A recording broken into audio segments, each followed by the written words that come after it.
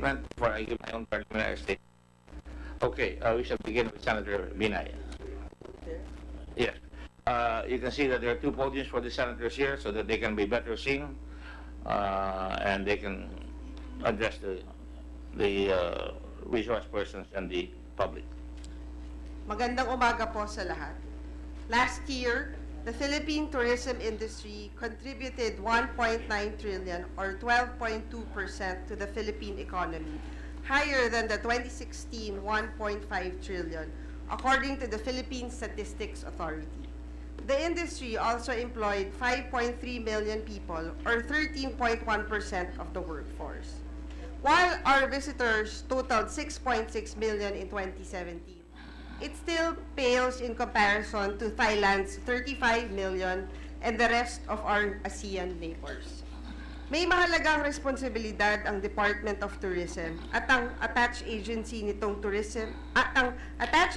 nito na ang Tourism Promotions Board sa pag-promote at pag-market ng mga tourist destinations ng Pilipinas domestically and internationally. While tourism is a big generator of jobs, especially in the countryside, and a source of much-needed foreign revenue, we promote our country using meager resources compared to our Asian neighbors. So every peso of promotion really counts.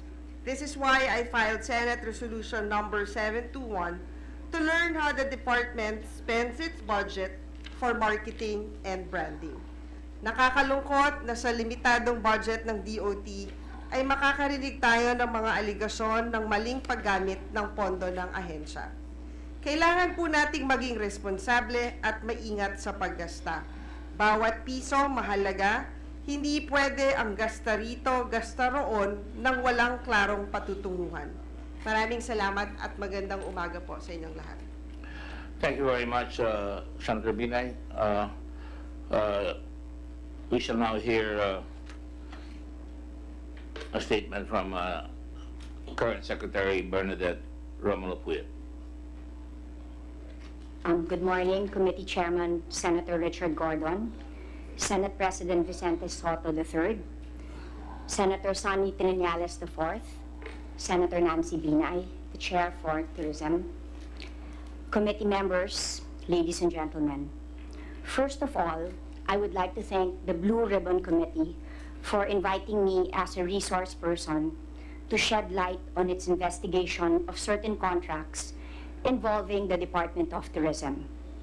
To preface all my statements today, I would like to emphasize that the contracts involving the DOT that this honorable committee is investigating all happened before my appointment as DOT Secretary. Nevertheless, like any other taxpayer, I am interested in seeking the truth, and thus I have made myself available as a resource person for whatever purpose it may serve. When I assumed office in the DOT on May 15, both the PTV contract and Buhay Karinderya project were already being widely discussed in media and under public scrutiny. When I assumed office in the DOT on May 15, the PTV contract was already being investigated by the Ombudsman. On the other hand, the Buhay Karinderya project was under public scrutiny, and thus I asked COA's help to review the project. Under the Constitution and applicable laws, the audit and investigation of these contracts in order to hold the persons involved accountable properly reside with the Commission on Audit and the Ombudsman. As current DOT Secretary, I have pledged and will continue to pledge my, as well as the whole DOT's, full cooperation with these constitutionally designated authorities, the Commission on Audit and the Ombudsman. For the PTV contract, certain DOT officials and employees have already received a notice of disallowance, and I have reminded and required them to respond to it within the 6-month period provided by the COA. For the Buhay Karinderya project, the Tourism Promotions Board, or the TPB, has received an AOM, or an Audit Observation Memo, from the COA, and the TPB board and I have suspended the implementation of the project. And I have also required them to respond, which they have already done. If and when required by the Ombudsman, I will also cooperate, and moreover, I will require the DOT bureaucracy to lend its full cooperation in terms of providing the necessary testimonies and documents to aid the Ombudsman in its investigation and prosecution in the same manner that we are cooperating today with this honorable committee. I believe that such is my duty as a government official. Finally, I would like to state, if there is one good thing that has resulted from all these contracts involving the DOT being under public scrutiny, is that it has brought to light the need for certain reforms in the DOT. Thus, we have rationalized guidelines on the grant of financial sponsorships to tourism-related events. We have rationalized guidelines on travel of DOT officials and employees. We are more conscious in DOT's compliance with RA 9184 or the Government Procurement Reform Act. We remain open to any suggestions for reforms that may be discussed and touched upon during the hearings of this honorable committee. A pleasant morning again to everyone, and despite all that has transpired in the DOT, wow, I still believe it's still more fun in the Philippines. Thank you very much, Secretary Puyat. I will now go to another woman of wonder, from Secretary Puyat to another woman of wonder, or I should say woman of Wanda. Wanda woman. Miss Wanda-Teo. Wanda woman. Okay. First of all, I would like to thank Senator Richard Gordon, Chairman, Blue Ribbon Committee, our honorable senators, for this opportune time to air my side on the allegations hurled against me. For quite some time, I have kept mum against all the incredible allegations. I wanted, when I speak, to clear my name in a proper forum. I have been defamed, maligned, and worse, crucified by allegations of corruptions and incompetence, all made up to look as truth. I come here only for one purpose in mind, that is to set the record straight in the pursuit of truth. I maintain that I have diligently fulfilled the mandate as Secretary of the Department of Tourism. Our programs and activities have been conducted and implemented within the bounds of law. Specifically, I maintain that DOT ad placement with PTB4 had gone through proper channels. To set the record straight, this is what happened. On January 16, 2017, Presidential Communication Office, or PCOO, Secretary Martin Andonar wrote me a letter asking to partner with DOT on marketing of the Philippine tourism through their television network. This is in line with the request of the Chief Executive to support our government station. On February 6, 2017, Mr. Ramon de Rosario, Group Head Programming and Airtime Management PTB4, as noted by Dino Antonio Apolonio, President and General Manager of PTB4, made a proposal to DOT to formalize the partnership with DOT through their television program and services, which is PTV Newscast Spot Placement, Daily News, Type Magazine, Sunday Prime Time, exclusive DOT episode. The proposal was then reviewed by our DOT staff and went to Bids and Awards Committee on February 17, 2017, and was then approved. A certification was issued by PTB4 on March 4, 2017 that certified People Television Network Incorporated has the mandate to deliver the goods and services required to be procured and undertake the infrastructure project or consultancy required by DOT, among others.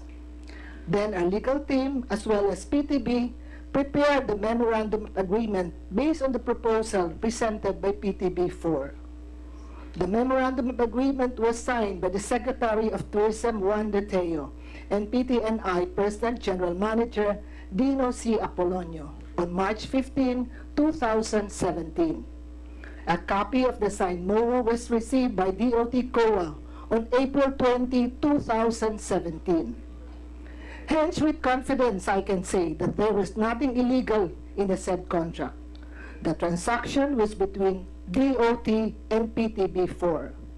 It is a government-to-government contract within the executive department, and all payments were paid directly to PTB4.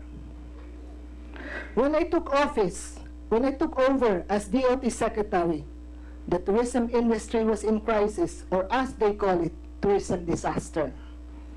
As the war on drugs was relentless, the Davao bombing incident had a chilling effect on prospective tourists. The foreign attack of Bohol, a premier destination, the Marawi siege, the declaration of martial law in Mindanao, and anticipated countrywide martial law. All this saw the cancellations of tours and Philippines ceased to be a tourist destination. I took the helm to personally reach out to foreign countries, talk to counterparts, tourism ministers, by accepting invitations, attend fora, invited tour operators, and foreign media people to come to the Philippines to convince them that our country is a safe place. Hence the travel going an extra mile, so they say, to salvage the downward trend of the tourism industry. The accomplishment of the department under my watch during the tourism crisis was no small feat, like hosting the Miss Universe pageant. It was not just a pageant, but a vehicle to proudly promote the tourist destination that were visited by the participants. It was a statement about our country, which is famous for its sun, beaches, culture, adventure, golf, diving, among others. A clear statement to say that our country is safe to visit. And equally important is the fact that Philippines has become known to those who know nothing about our country, thanks to the pageant. We developed new niche market, faith tourism and farm tourism, promoting the country as a center for MICE that is meeting incentive travel conventions and exhibitions. We were talking to cruise giants and airline executives to add more seats to improve connectivity. The DOT under my watch was instrumental in bringing about the much rehabilitation of Boracay, knowing fully well that we will earn the ire of stakeholders and the tremendous impact on tourist arrivals. Indeed, it was a bitter pill to swallow for the betterment of the tourism industry. It was a job we have to do. I was happy to hear that Secretary Berna, during the budget hearing, boasted of a record-breaking number of arrivals. Imagine, in just 6 months, from January to June 2018, we have 3.7 million tourist arrivals.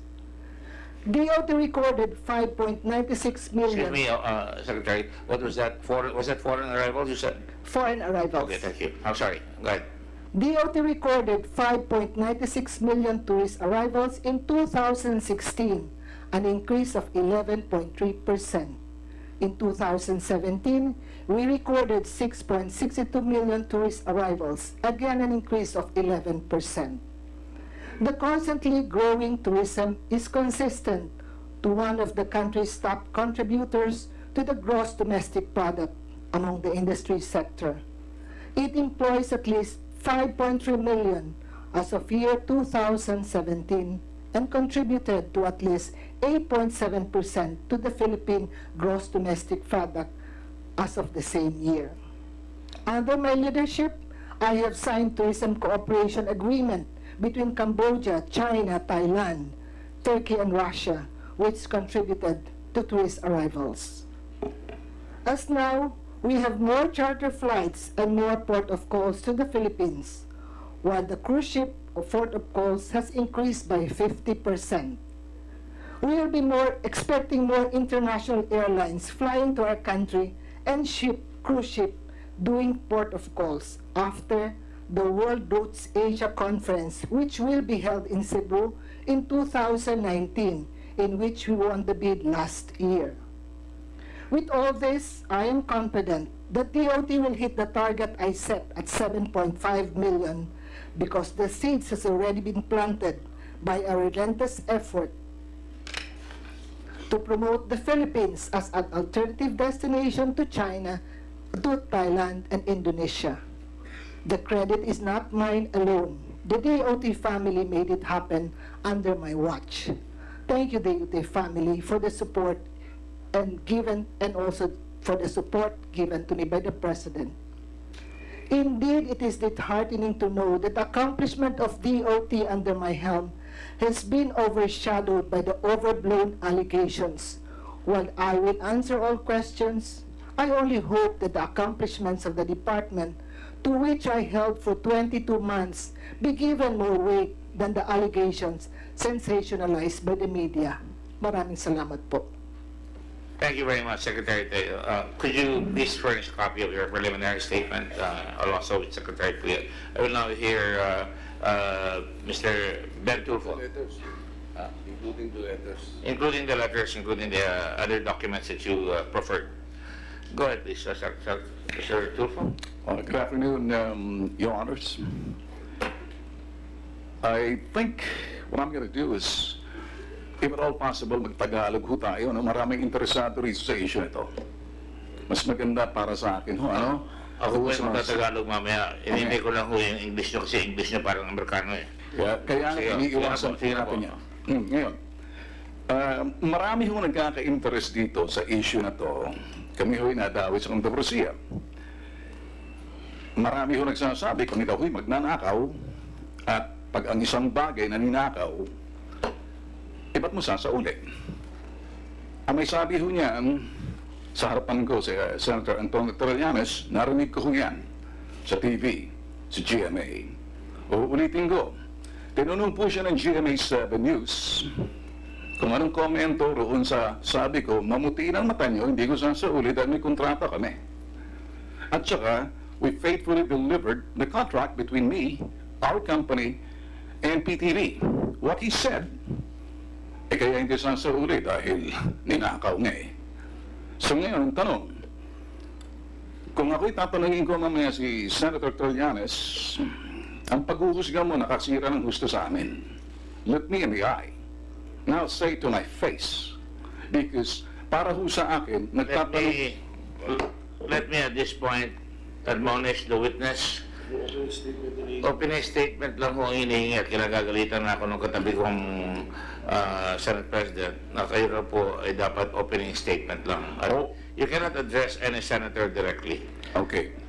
Hindi niya dapat yung kung gusto yung magtanong, chair lang ang tatanungin niyo. Address the chair. Ang dami natutulo sa akin dito kaya marunong ako eh. Okay, Mr. Chair. Ako ho'y nababagabag sa mga... I will only say this once. I am very firm and fair when I handle this committee. Hindi madali itong committee ito. Dumadaan dito mga kaibigan ko, mga kalaban ng sindikato, kalaban ng mga sindikato ng Pilipinas. No? So, we always adopt a firm and fair attitude. We don't judge. We investigate. So, if you want to have your day in court, that will happen. But here, we're investigating in aid of legislation and we will make the proper recommendation. Bibigay po kami ng proper... So please, tanggalin po ninyo yung mga sinasabi nyo kanina na sa radyo, ad hominem, yung mga ad hominem sabi sa tinuruan naman ako ng mistiso sa likod ko na ad hominem. Ibig po sabihin yan, manghang na salita na personal na hindi naman ho kailangan pagsabihan dito. So, tuloy nyo. Ako mawalang galang lang po yung honor, nagtatanong lang, ano? Pumunta po ako rito para malinis o siguro. Excuse me, kami po ang magtatanong dito. Hindi kayo ang magtatanong. Okay, sige po. Pumunta po ako rito para doon sa issue of controversy na kasi nadawit pong pangalan po namin. Partikular ako po, nadawit din po yung mga pangalan ng kapatid ko na wala namang kinalaman. Hindi ho siguro tama na ako ho'y ang Chief Executive Officer ng Bitag Media Unlimited Incorporated sa tabi ko, si Erwin nadamay. Na wala pong kinalaman sa aming operations sa BMUI. Kung may kasalanan po siguro ang kapatid ko, siya'y masunurin na naging talent lamang at umupo sa Kilos Pronto. So, sa iba po mga kapatid ko, medyo hindi ho nagsasalita pero masama loob. Kasi nadadamay po ang pangalan ng Tulfo. Ngayon, pumunta po talaga ako rito kasi interesado po ako para mawala na po yung impression, perception, haka-haka, pagdududa, at suspicion ng mga iba sa media, partikular sa aking industriya. Ang pagkaalam ko po, nagkaroon ho ng audit observation report or memo na nagsimula po yan, ang tinalong po sa amin, na lumabas po na kami raw, sabi po ng COA, hindi po kami nabigyan yan, na ang lumabas po ay kami raw nabayaran PTV, pero hinahanap yung kontrata at yung certificate of performance. Meron po kami yan. At hindi po kami pwedeng maningil sa aming principal ang PTV na wala pong kontrata at wala po kaming certificate of performance faithfully delivered, and then sama rin po yung mga tape on air. So, ito lang hong issue rito. And then, nagkaroon ho ng media frenzy. Nagkaroon ho ng iba't ibang interpretasyon na parang mga iba ho kasi plunder, graft, pagnanakaw, na kung minsan ho sa social media malupit. So, nagsimula po dyan sa simpleng katanungan o obserbasyon ng COA na nagmula po riyan na ito na ho ang naging epekto. Ang dahilan po yan ay obserbasyon lamang ng COA. Anong obserbasyon ng COA? Hinihiling lang po sa PTV, yun hong kontrata, which is mahalaga naman. Yun hong certificate of performance that we faithfully delivered, and then may kopya ho kayo ng mga tape on air. Buho yan, walang putol. Ang nagpapasabi ho dyan ay nakaabot na lang ho sa amin na eto nga, tanong sa amin ng media na wala pa ho kaming kopya noon. So hindi ho ako sumasagot, nananahimik lang po ako. So I've been quiet for quite a while until such time na nagsalita na po ako. Naniwala ho kasi ako na if you don't speak, kaya tatahimik, you're withholding the truth. At truth does not have any expiration. It has to come out. So I'm here to uphold the truth. Kaya my presence here, Your Honor, nagpapasalamat po ako na inimbitan niyo ako. At dito po sa akin, ay kung ano pong pinanghahawakan ho namin dokumento at yung mga dapat na ipresenta. Naniniwala rin ho ako dahil siguro po there's a proper forum, sabi niyo nga, na darating din ho yan. Pumunta po ako rito para makatulong ho sa sinasabing kahinaan, pagkukulang, o anumang bagay na kinakailang palakasin. Kung mahina ho yung sinasabing legislasyon na aking paggalang sa inyo, sana makatulong ho ang pagbibigay linaw. Maraming salamat po. Thank you very much. Mr. Tulfo, Erwin? Yes, sir. Simpleng kakulangan lang ho ng dokumento ng PTV na hindi na ibigay sa COA. Ito ho at marami hong nadamay. Ang masaklap po sa ating bayan na based on my observation bilang member of the media, pag may nagawa hong, wala pa hong ebidensya, nahuhusgahan na, nasentensyahan ng media. And it's very ironic, Mr. Chairman, because of the fact na time and time again, and I've said it over and over again, na I was not, and has not been, a producer of Bitag Multimedia Unlimited Incorporated. Pero pinipilit ng mga ilang media entity na I am part of Bitag. I really don't know why.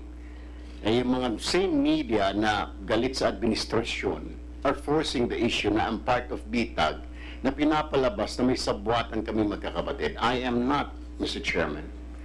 And I am here and I'm happy now. I was invited to clear my name, all right? I will take on any questions, even questions from Senator Trillanes. I'm waiting for that any moment now. But I am telling you, I am not part of this. I am a talent of Bitag, pero hindi po ako regular employee or a producer na sinasabi ng ilang media. I have so many times already told them that I am not part of Bitag. I am just a talent, just like yung cameraman niya, driver, writer. I'm just like that. I get salary, pero I'm not part of it. I am not in the decision-making process. So I wish with this hearing, Mr. Chair, na this will all clear up. Now, I'm not part of this, but I'm willing to answer any questions. Any questions. Maraming salamat po. Thank you very much. Maraming salamat sa Mr. Tulfo, Erwin. Let me bubuksan ko na po yung ating preliminary statement. Katulad po ng dati, gumagawa po ako ng timeline para maintindihan ng mga nanonood ko ano ang pinag-uusapan dito. Madalas po umaangal ang mga tao, nag-iimbisi kami pero hindi lang masundan. And let me assure everyone that this is not a circus. Hindi ko kami dito na mga bounty hunters na hahanapin namin kung sino yung mga basta kami hahanapin na namin kung may malfeasance, misfeasance, non-feasance, and any violation of laws such as the Anti-Graft and Corrupt Practices Act. Having said that, let me just begin. Ito naman po tayo. We are again faced with the task of determining kung meron tayong sa paggawa ng ating tungkulin sa gobyerno, bilang ahensya ng gobyerno o kawani ng gobyerno, ay gumawa ng tinatawag nilang malfeasance o yung maling paggawa at or misfeasance at saka non-feasance. Yung walang ginawa na tuloy nagkaroon ng perwisyo sa gobyerno. Marami na hong kaso na dinaanan natin. There have been cases previous that may have been more difficult to determine where liability rested. Sometimes it came to sabi niya, sabi ko, or sabi niya, he said, situation straining greatly the powers of the committee to determine who may have been at fault, if there was. Let me just welcome the Senator Bramakina for the record. But here we are going to hear an issue that is close to my heart. Tourism. Maraming nakakalam mo na tourism ang nagpaaral sa akin. Dahil kami sa Subic at negosyo namin ay restaurants, theaters, hotels. Kaya malapit sa akin yan. At tayo rin ho'y pinalad na tayo nilagay na bilang Tourism Secretary at naging promoter po ng SBMA. Kung saan ay dinala natin ang tourism at saka manufacturing doon. Masakit therefore sa aking damdamin kapag napag-uusapan ang DOT in a manner na hindi positibo. Kasi nga dati din akong naging ama nito o naging kasama ng mga nagtatrabaho sa turismo. May kirot sa puso kapag ang dati mong ahensya ay nalilihis ng landas. At hindi lang naman tila ngayon nangyayari yan. In fact, marami po akong sama na loob at medyo sasabihin ko ng konti rito na dapat na imbestiga ng araw. Halimbawa lang, gumawa kami ng batas dito na napakatagal, yung bagong tourism law. Hindi ho pinairal ng mga nakaraang administrasyon yan, 9 na taon hindi pinairal yung TIESA, na dapat marami na tayong magagandang hotel at maganda tayong mga investment opportunities sa tourism. Kung titingnan niyo po ang mga pahayagan natin, sila sabi palagi, it's tourism, stupid. Tayo ay kumikita ngayon sa overseas Filipino workers, sa mga BPOs, at sa bunting mga sa mga pinakamalaki yung small and medium business enterprises na nagkakonstitute na 99.something% ng mga natatrabaho sa ating bayan. Ang tourism ang pinakamalaking industriya sa buong mundo. Kaya medyo mahina ho tayo kung hindi natin sasamantalahin na napakalaki ng mga nagbibiyahe sa buong mundo at lumalaki pa ng sariling kusa. Kaya ngayon, ang ating bansa ay hindi naman tayo nangungulilat, pero tumaas na tayo. Sapagkat kung titignan ninyo, nung panahon ko sa turismo, ang budget dyan ay pangatlo sa kulilat. At mismong si President Macapagal-Arroyo, nung ginawa namin yung batas, yung sinasabi niya, I will make it the tourism primary engine of growth, sabi niya sa akin. Kaya niya ako nakuha na mag-Secretary of Tourism. Naniniwala ko kami pareho dyan hanggang ngayon. Pero ngayon, kayo tumaas na. Kayo ng 8 from the lowest. If that is to be something that we should be happy about. Kasi kami nung araw, nung nagpunta ako sa una kong labas sa Pilipinas, nagpunta ako sa Hong Kong dahil inuuna ko yung malalapit. Sabi siya, we have heard so much about you, na-promote mo Subic. Nung dumating ka, ikaw dito, nasiyan kami, meron ba kayong budget? Oh, meron. Sabi ko, magkano budget siya? Sabi ko, 800 million. Is that for Hong Kong alone? Sabi ko, no, that's for the whole world. Kakong gano'n.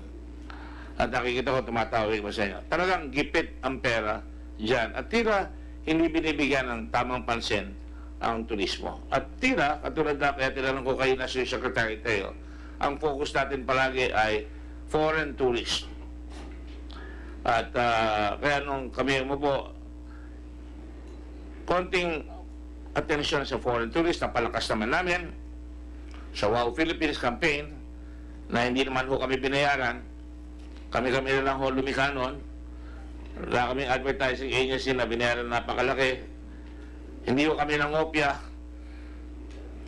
Pero ang lumabas yan, tumaas ang turismo.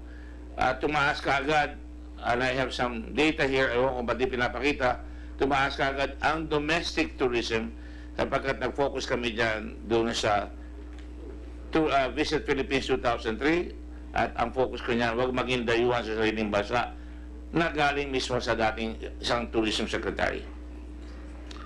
At nag-focus tayo dyan. At ngayon, ang domestic tourism natin ay 69 million. Nagbibiyahe na ang Pilipino. So, yung maliit na pera natin ay napalaki na lahat ng mga Secretary of Tourism. Masakit nga lang, nagbayad pa tayo doon sa Export Fund in the Philippines ng, sabi sa akin ng mga taga-Secretary of Tourism na Department of 6.5 million sa advertising agency para kopyahin lamang yung It's More Fun in Switzerland. Yes, in 1952, ay nako, wala na naman yung ating slide. In 1952, It's More Fun in Switzerland lumabas, at ngayon lumabas sa atin, It's More Fun in the Philippines. At nakakalungkot rin, medyo nakakapikon rin, dahil bago yung It's More Fun in the Philippines, tinanggal nga yung Wow Philippines, wala ako kasama ng loob doon ganun tayo, ugali natin, palit ng palit Pero sana, kung maandar, sana maayos na, no? At ngayon, ang nangyari ho, ay naggawa pa tayo ng Pilipinas kay Ganda bago yung It's More Fun in the Philippines. Mag-alala. At nalabas ho yan, ay kinopya yung tinatawag na Polska, Poland. Ayan o, Pilipinas kay Ganda, nabisto tayo, wala ba tayong creativity sa ating bansa, kinopya yung tipo at i-withdraw after spending several million pesos. Nagsumbong ko sa akin yung mga tiga Las Vegas nung nilabas yan. Nung It's More Fun in the Philippines, wala pa akong 1 minute inanunsyo ng Tourism Secretary yan nakatawag na sa akin lahat yung mga sumusunod sa tourism. Sabi, kinopya sa Switzerland. It's More Fun in Switzerland. Now that I've said that, kumasos tayo ng malaki dyan, andyan na yan. Tuloy-tuloy na. Pero masakit sa akin talaga, hindi pinapairal yung dapat lumakas sa sana ng tourism. Pati yung pinupuntahan nating sports arena ngayon, yung Philippine Arena, humingi yan at binigyan ng TIESA certificate, hindi binigay at hanggang ngayon nahihirapan silang ilabas pa yung kanilang gamit, samantalang dyan na ginawa yung mga ibang malalaking events. At lalakas ngayon ang Bulacan, katulad ng paglakas ng araw sa Araneta Coliseum. Sabi, sino naglalagay ng itlog dyan sa gitna ng Cubao na puro bukid, lumakas ngayon ang Cubao dahil dyan. Sa Makatwid, may mga pioneers talaga ang gagawa niyan. Kaya ako lang sinabi yan in connection with this. Ang pakay po ng tourism o ng advertising is to promote properly. Dalhin natin ang mga turista, foreign and domestic. Kung makikipagsabayan tayo sa foreign, talagang wala tayong kalaban-laban. Yung magkapaglagay lang kami ng Wow Philippines sa London taxi, lundagan na kami noong araw. Nakalagay doon, ginawa nung isang tourism attaché natin yan, na nag-resign na rin, na-retire na rin. Pinalalakad ko sa kanila yan. Pero ang sinasabi ko lang, eto, pumasok tayo ngayon dito, at umpisa ko yung tungkol sa pakay dito. Nag-umpisa itong paksa na ito dahil sumulat ang PCOO Secretary sa DOT na gusto ninyo na magkaroon kayo ng sabuatan o hindi sabuatan, samahan. Sorry, force of habit.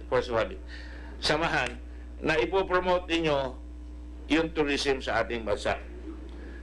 At nag-offer kagad kayo to the PCOO Secretary na gagamitin ng channel 4. It's nothing new.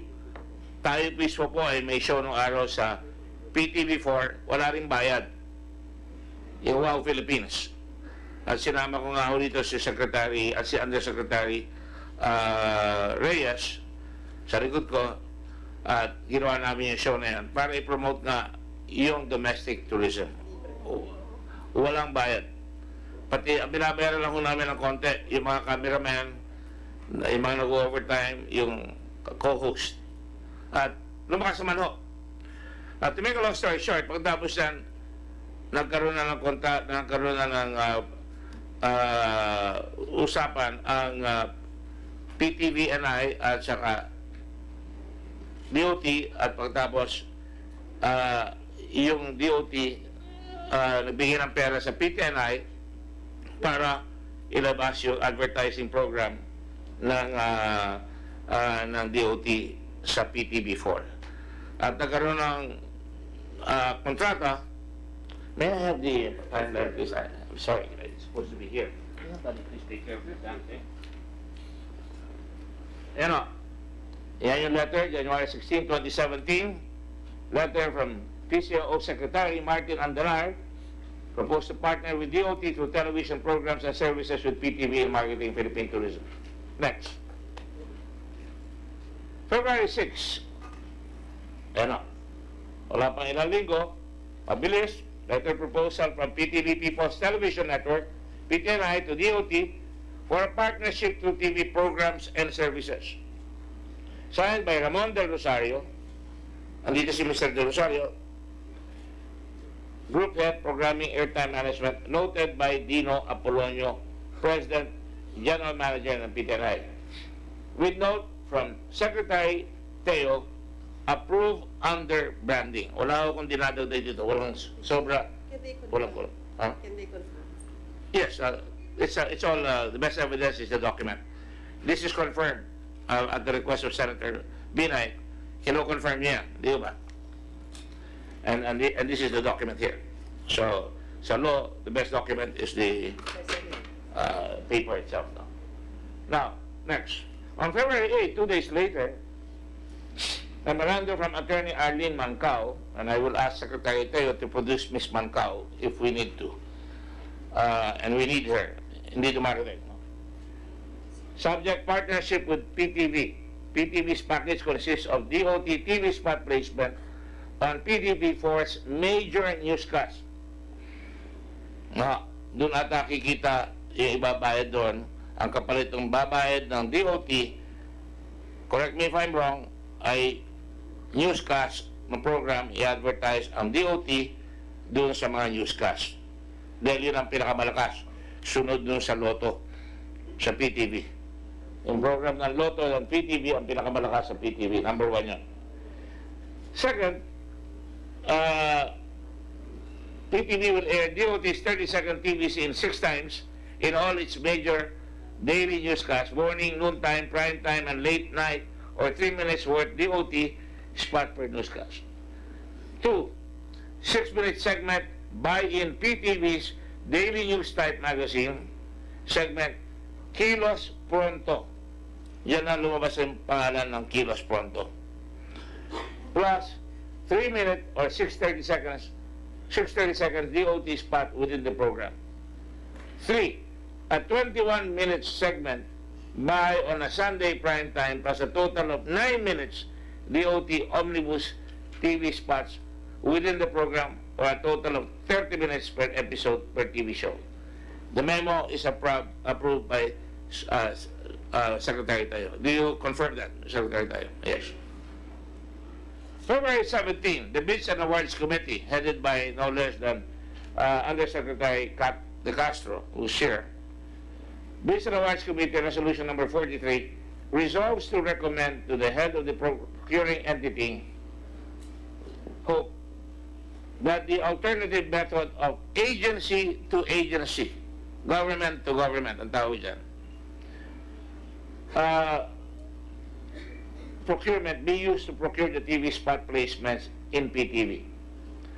Note, PTV for joint marketing on tourism projects offering DOT their major daily newscast and exclusive Sunday prime time spot, ang amount 120 million pesos. So, PTV pa yan at saka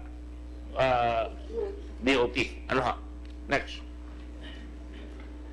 On March 14, 2017, certification from PTNI's General Manager Dino Apolonio. Undersecretary, do you confirm the previous statement? Yes. 1. Mandate to deliver the goods and services required to be procured or undertake the infrastructure project or consultancy required by DOT. 2. PTNI has the absorptive capacity to undertake the project. PTNI has access to the necessary tools and equipment for the project. Next, please. The Memorandum of Agreement on March 15, 2017 that was signed between DOT and PTNI to broadcast the DOT's TVC commercials with a total contract cost of 120 million. Specifically includes the airing, as previously stated, of, ito na importante, of a 6-minute segment by plus 3 minutes or 6 30-second ads. 30 seconds so per isa. So 3 minutes, 6 anim yun. DOT spot in PTV's daily news type magazine segment, Kilos Pronto.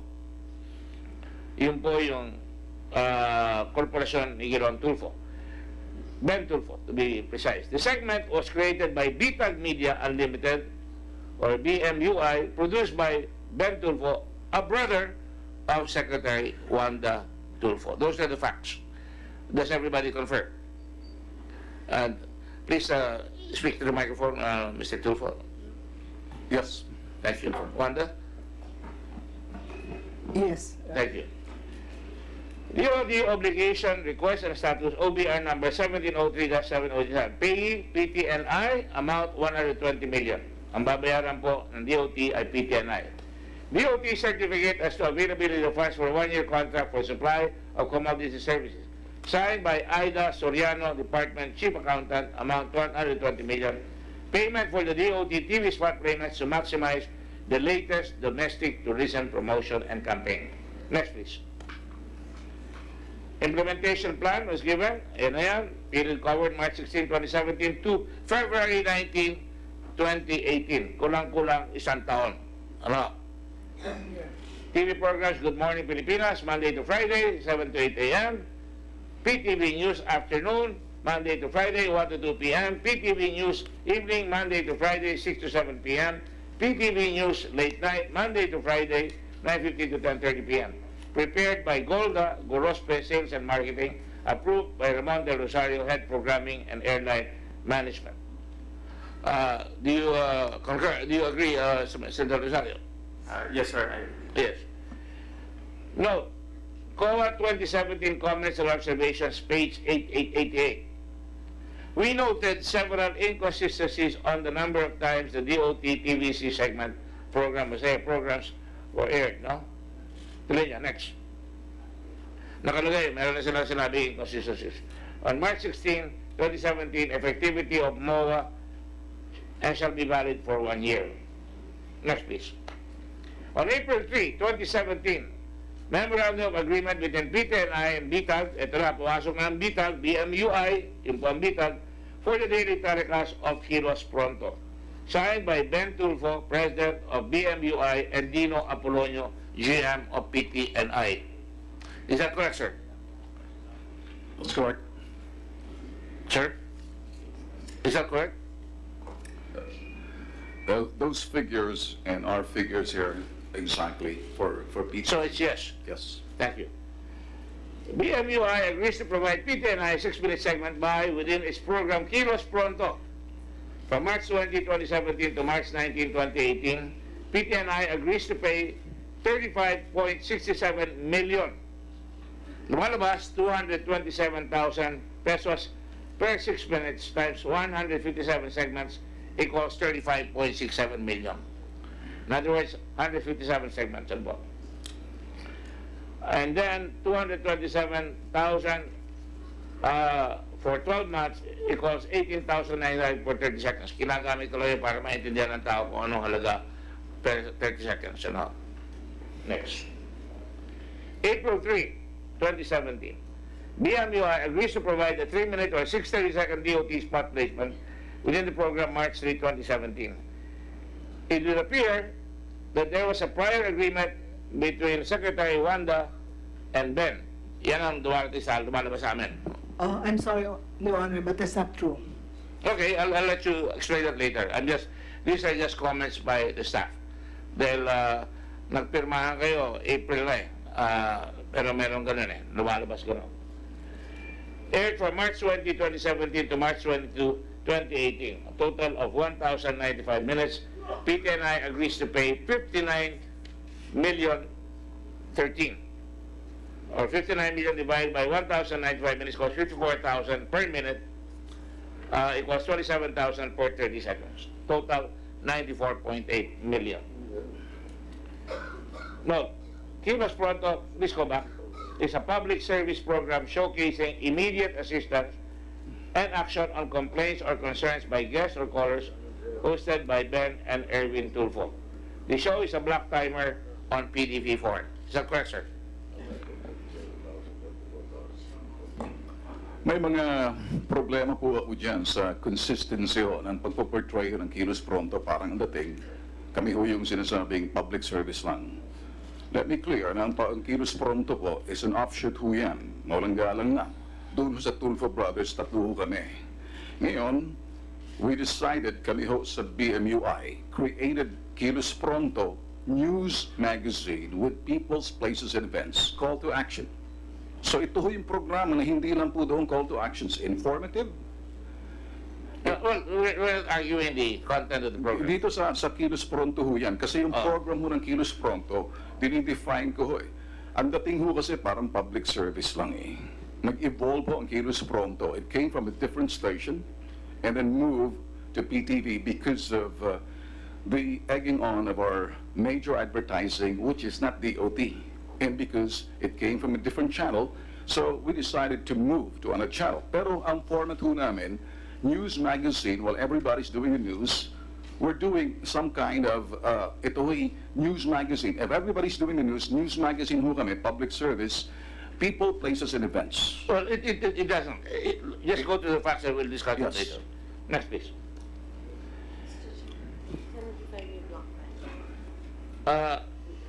Block time is a paid time allotted to an individual not belonging to the station.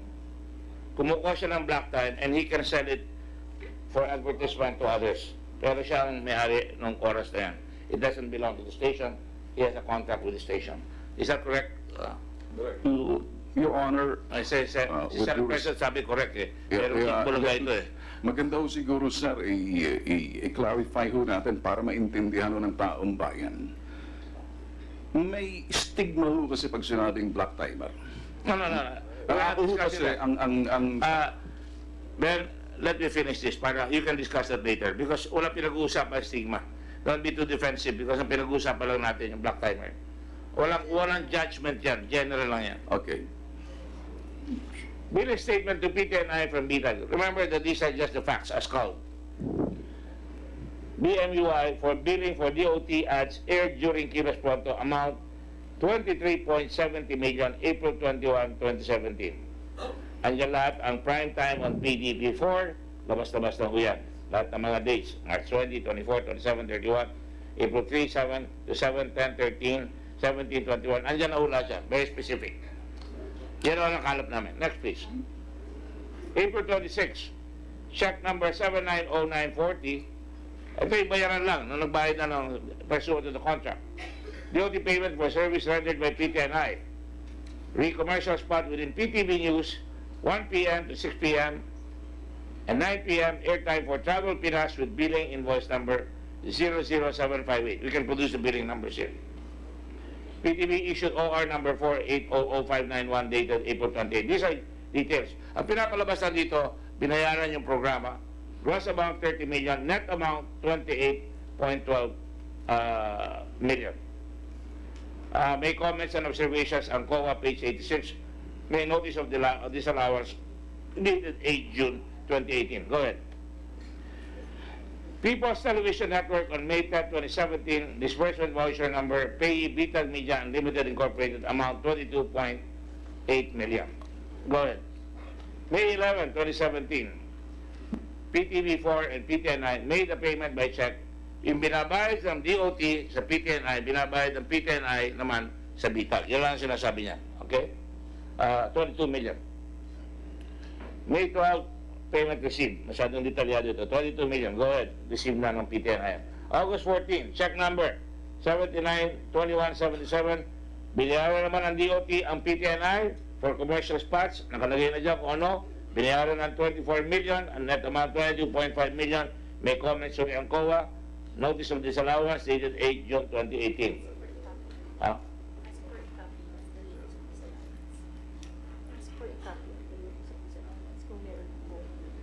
Is COA here? Do you have a copy of the disallowance, please? Can you please forward this? Pakikuha nga lang, Joy. Thank you for reminding me, Joy. Lahat ho ng notice of disallowance, Joy, page na yan para ma-comment namin. Mabigay sa mga senators. Can you Xerox it for the benefit of all the other senators? Go ahead. Next. October 24. Ganun na naman, parehong DOT pays PTNI third tranche 20% of contract cost relative to commercial spots sa PTV4 News, Bagong Pilipinas, blah blah blah. Gross amount 24 million, 22.5 million. Pareho rin ang comments. Yung mga comments yung Ma'am Ludivina, yung ba rin ang comments ha? Nakalagay dyan, ibigay yung papel. Please do not nod your head. Sir, Norma Aquino po. Ako po yung nag-audit. Wala, bago lang po si Ludivina. Norma, ano kayo? Aquino po. Okay, alright. You took an oath already, right? Yes, sir. Okay, sige. Norma, tama yung mga sinasabi niyo dyan. Pare-pareho yan, no? Opo. Okay, go ahead. Isang ND lang po kasi yun na naka-enumerate po yung different payments. Isang ND lang po. Isang notice of disallowance na naka-itemize po lahat ng payments. Pare-parehas lang po. Pare-pareho, biniyak namin lahat para Opo, yun po. Para maintindihan. October 24, 2017, check number 796637, 24 million. Pareho, meron rin disallowance at saka meron observations ng COA. Next. October 30, PTV Network disbursement voucher. Yun ang disbursement ng PTV para mabayaran yung next. November 10, 2017, pare-pareho yan. Payment received by BMUI from PTNI. Official receipt by BMUI. Payer sila. PTNI official receipt. Payer BMUI. 784,000. Yung sa una, ang total lahat yan is 17.77 million. Tapos may binayaran na total na 4.74 million. Yan ang bayad sa black time, di ba? Is that correct, Ben? Black time, 4.74 million. Your Honor, tatanong ko, ito ba'y kontrata ng PTV and DOT? Is this something to do with PTV and DOT? Yeah, meron silang kontrata na Pero Agreement sila eh. kami ho kasi, we don't have any personality with the... No, I'm not asking you that. Just answer the question. You're defending yourself right away. Yes. I'm still going through the facts. Make- I have to show the facts because ang trail ng pera galing sa DOT, nagkontrata sila, binayaran ang PTV network at ang BTV network naman ang nagbabayad sa inyo. Correct. Yun lang sinasabi dyan. Alright? Next. I have to go through this para maintindihan nyo. Kung gusto nyo, magtatanong na lang kami. Kakapaka-pakay lahat dyan. November 20, 2017, billing statement to PTNI. Katulad ng sinabi ko, from Bitag Media, nag-bill kayo, 18.96 million. 4 kilos pronto again. Next. December 15, 2017, ang disbursement voucher ng PTV. At pagkatapos, 16.39 million ang pay Bitag. Next. Let's go, hurry up. Payment received by BMUI from PTNI. Sinasabi lang, natanggap niya yung pera. 16.39 million. Go. February 12, nasa 2018 na tayo. Dahil 1 year ng contract na ito, DOT payment for services rendered by PTNI, 4 tranches na ito, 24 million, net amount 22.5 million. The same notations from the COA on comments and observations, page 86, notice of disallowance. Next. February 22, billing statement to PTNI from Bitag, 15.7 million. Next. Yan ulit yung mga na-receive, 14.8 million. Next, please. March 5, payment received by BMUI, papatunay na natanggap niya yung pera na 14.8 million. Next, please. April 6, 2018, check number 799659. DOT payment for services rendered by PTNI, re-DOT spot placements for the months of October, November, and December 2017 to maximize the Department of Domestic Tourism Program. Gross amount 12.61 million, net amount 11.82 million. Next. April 30, 2018, Mr. Ben Tulfo accused Tourism Undersecretary Jose Gabriel Pompi Lavinia of informing the media about the Commission audit report, questioning the 60 million payment his company received from the PTV. Gusto mo palang maging secretary ng DOT, ha? Sabi mo, well, these are what? Mga dalawang media sa, well, I'm not going to go into that. That's politics.com. Mga statement na yan. Next. Wala na? So, ito ang summary lahat.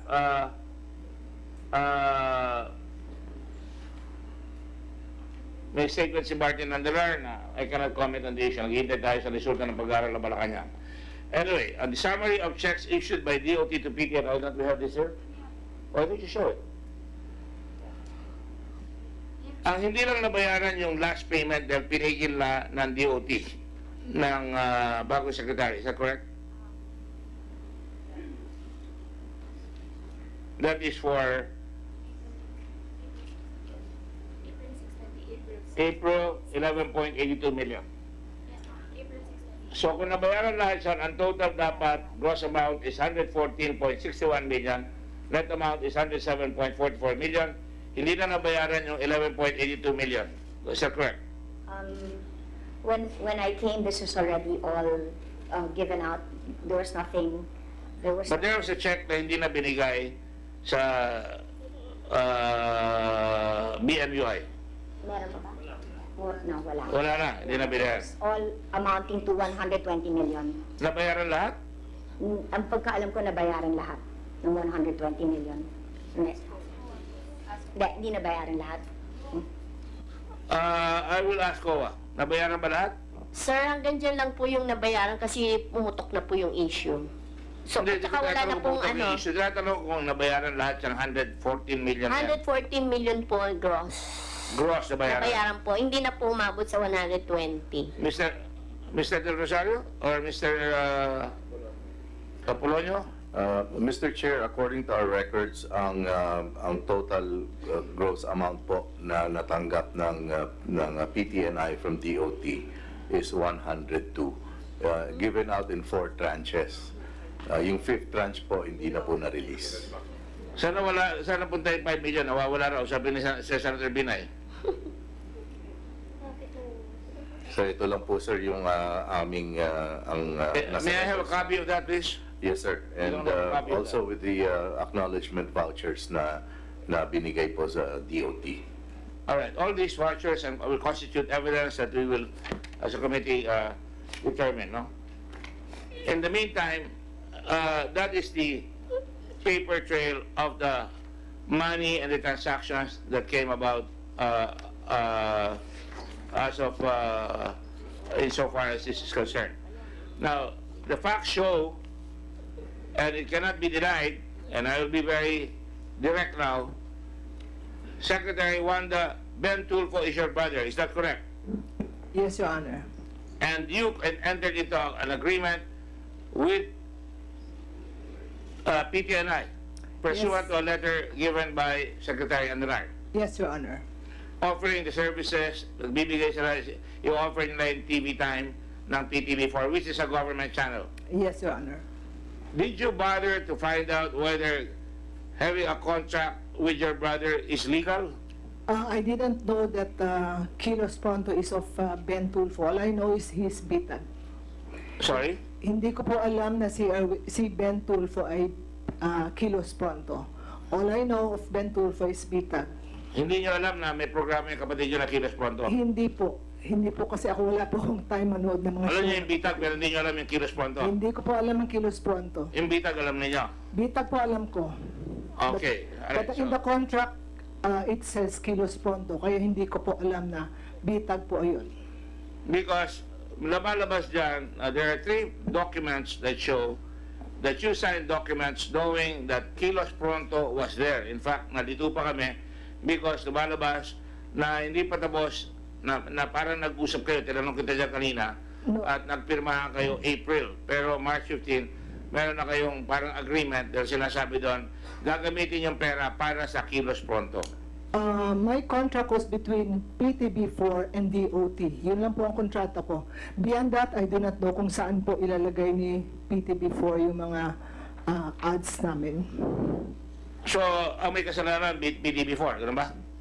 Yun po. Because You don't feel at any time na kapatid ko yan bakit kayo nagbigay ng kontrata sa kapatid ko? Bawal sa batas yan. they could have told me, but hindi ko po alam. From the very start, hindi ko po alam. Had I known it, I would not have signed the contract. You know, I will disclose. Kumpadre ko si Mon Tulfo. Tagal na kami magkaibigan yan. Si Irwin, nakasama ko sa Channel 5. I'm giving a public disclosure para wala kayong masasabi sa akin. Si Ben, nakakausap ko pero bihira. Bihira, I cannot even remember the last time. Si Rafi, kasama ko sa Channel 5 nung ako'y nag-media dyan. Wanda, you and I, the last time I saw you was in Turkey. I was on my way to a conference in Israel. Alright? And let me just say this. Kahit na ganun yan, please allow me to be firm and fair. The Constitution prohibits conflicts of interest.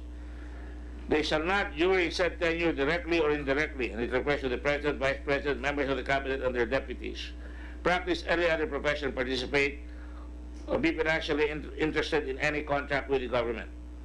They shall strictly avoid conflicts of interest in the conduct of their office. And every Filipino must know the Constitution. Yes. We have a saying in law, ignoratio lege non excusat. Ignorance of the law does not excuse anyone. I just want to tell you that because you're under oath, and that is your defense, hindi mo alam. All right? Hindi ko po alam. That's why, to be fair, Because, Your Honor, the contract from the very start was between PTB4 and DOT. Sila po ang naglagay kung ano po, saan po nila ilalagay yung mga ads. So I focus on the contract. Yun po ang contract ko from the very start. I have here the documents that says, you have lawyers around you. You have a certain Attorney Mancao. yes, my chief of staff. I have been in the government myself, and I'm a lawyer.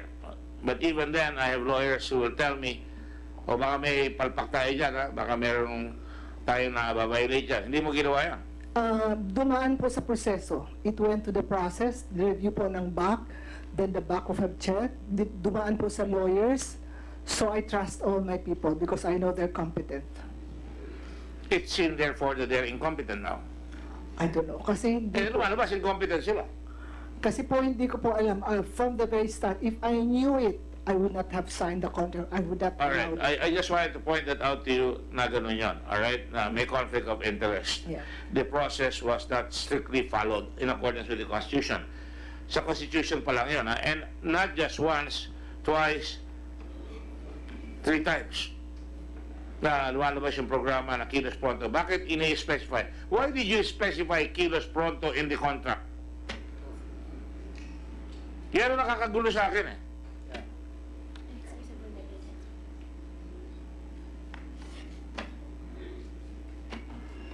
Mr. Chair, the initial draft of the MOA between DOT and PTV, according to Mr. Del Rosario, came from DOT. DOT ang nagbigay ng kontrata sa inyo na nakalagay na yung Kilos Pronto. Yes, sir. Secretary tayo?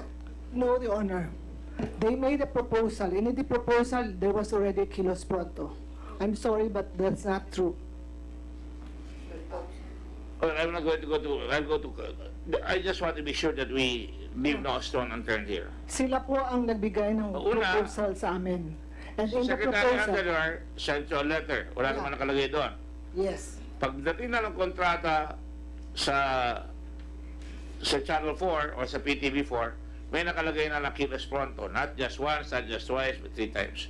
So lumalabas na ang sinasabi nila galing sa DOT. And kahit na galing sa DOT at nilagay lagay mo na, hindi totoo yan at ang naglagay PTV4, dapat yung lawyers nyo o ikaw mismo, dapat sinabi mo, oy, may nagsabi sa akin yung Kilos Pronto, kapatid ko pala yan eh, papahamak nyo ba ako?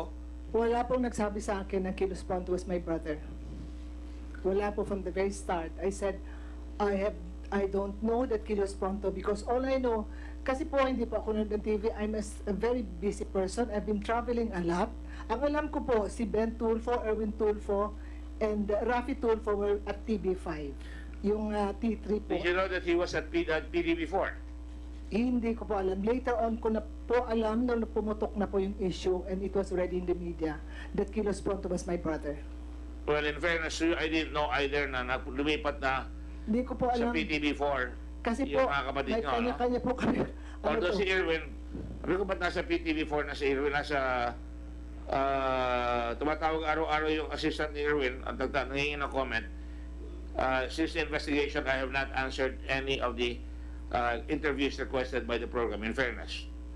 Para hindi niyo ako masasabihan na ano. But anyway, to be sure, I just want to set the record straight here. So you insist that itong kontrata nito nakalagay kagad yung Kilos Pronto. Is that correct? Yes, sir. And you didn't bother to check na baka may sabit yan. Sir, upon nung natanggap po namin, we reviewed it, but we were not thinking of Conflict of interest. conflict of interest. Are you because- familiar with the term inexcusable negligence? No, Your Honor. Ang pumirma ng kontrata is Ben Tulfo. It did not ring any bells to you?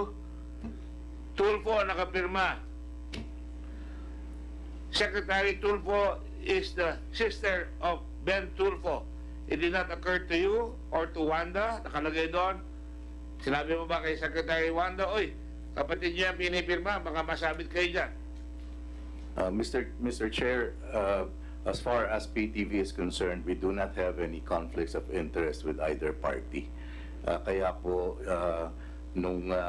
we are leaving it up to basically the end user. After we have checked ourselves, wala po kaming conflict of interest. So you're saying now, kasalanan ng Secretary Teo at ni Wanda at ni ng DOT? I'm not exactly saying it, No, sir. what are you saying then? But I think everybody should also determine po kung meron silang just like we did, kung meron po kaming conflict of interest. No, you don't have a conflict of interest. It really is the Secretary of Tourism, DOT, giving money to PTV na nakalagay yung kapatid niya, yung kumpanya ng kapatid niya ang mabibigyan. Now, to my mind, I find it strange that you could not put two and two together. Sir, during that time, we were not thinking of it in those terms dahil po ang nasa pag-iisip po namin dahil kailangan po ng PTV ng revenue because yun po talaga ang we are very dependent on the revenue that we earn because we are only partially subsidized by the government. And how much did you earn from this contract, PTV?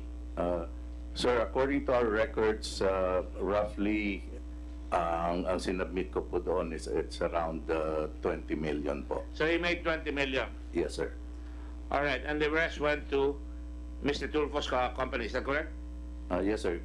Whatever was paid to us by DOT, minus po ang whatever is billed to us.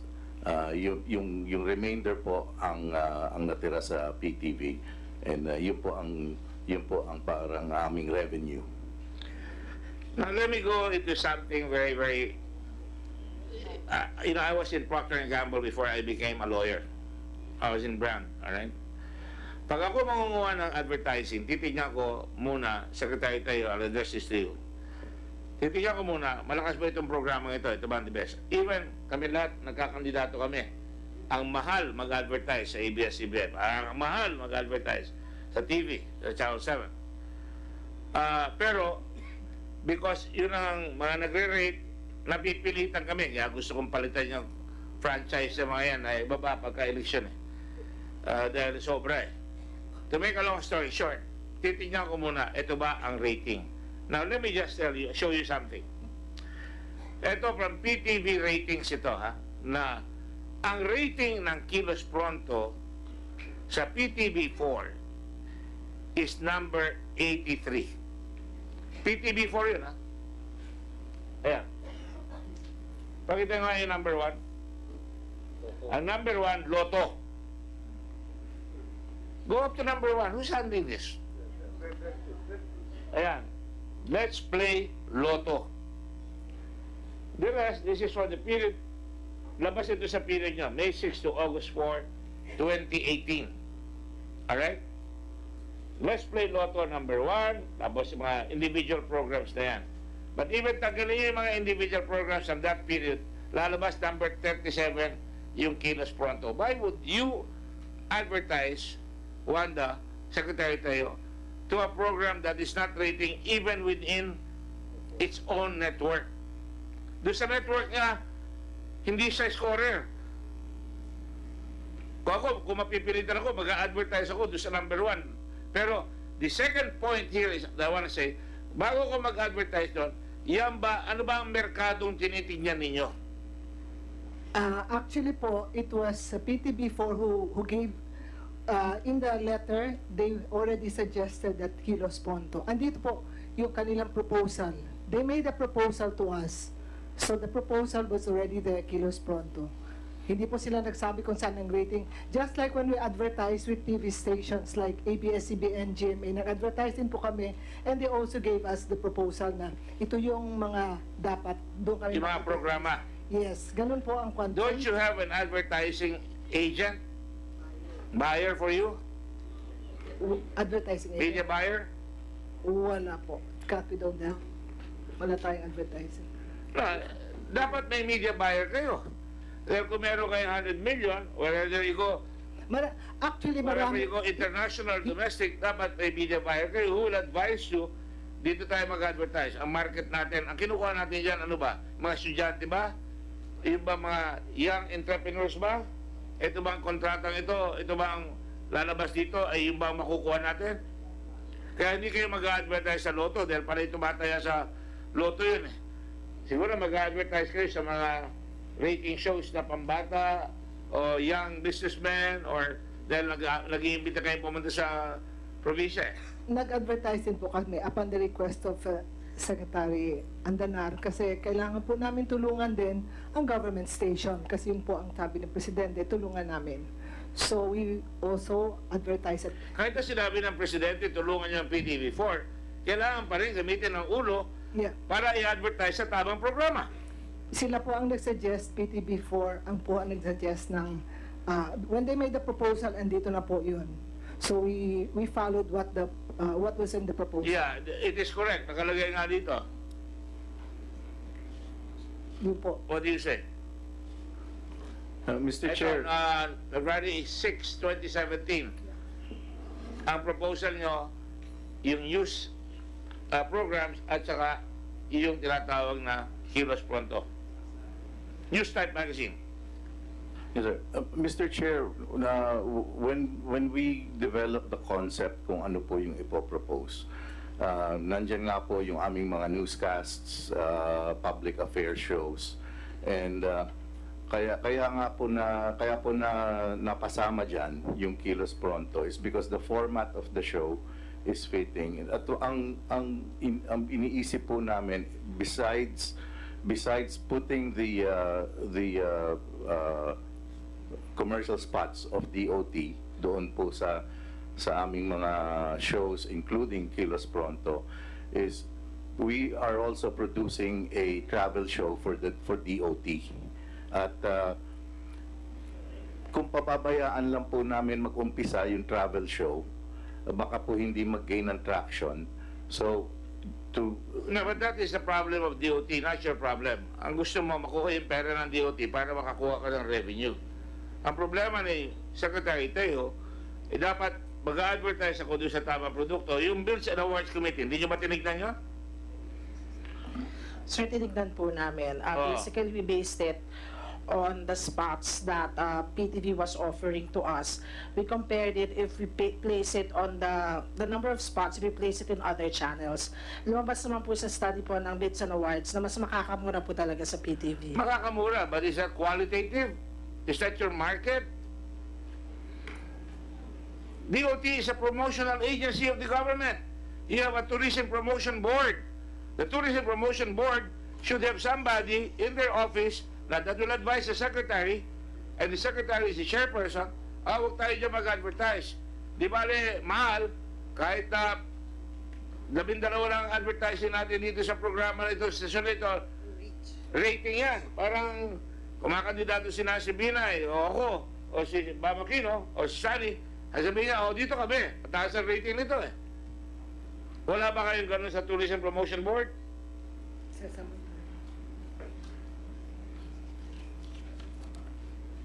Good morning, Yes. Secretary, Your Honor. Mr. Gonzalez, is it? Yes, yes. Tourism Promotion? Yes, yes po. Oo.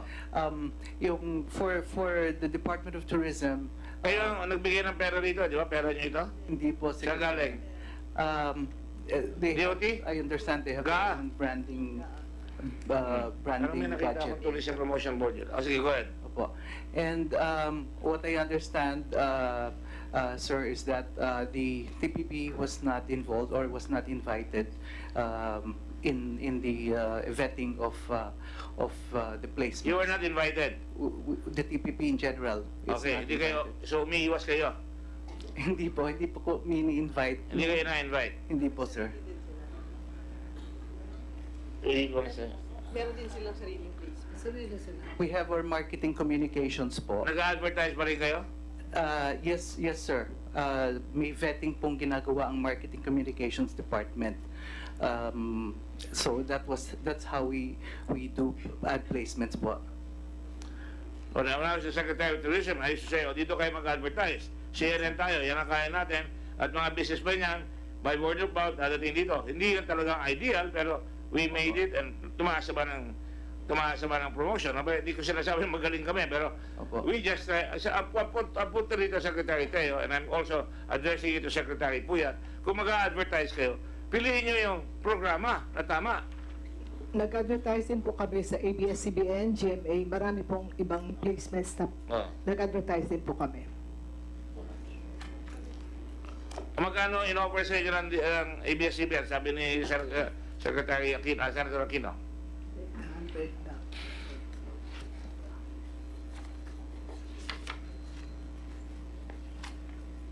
Million.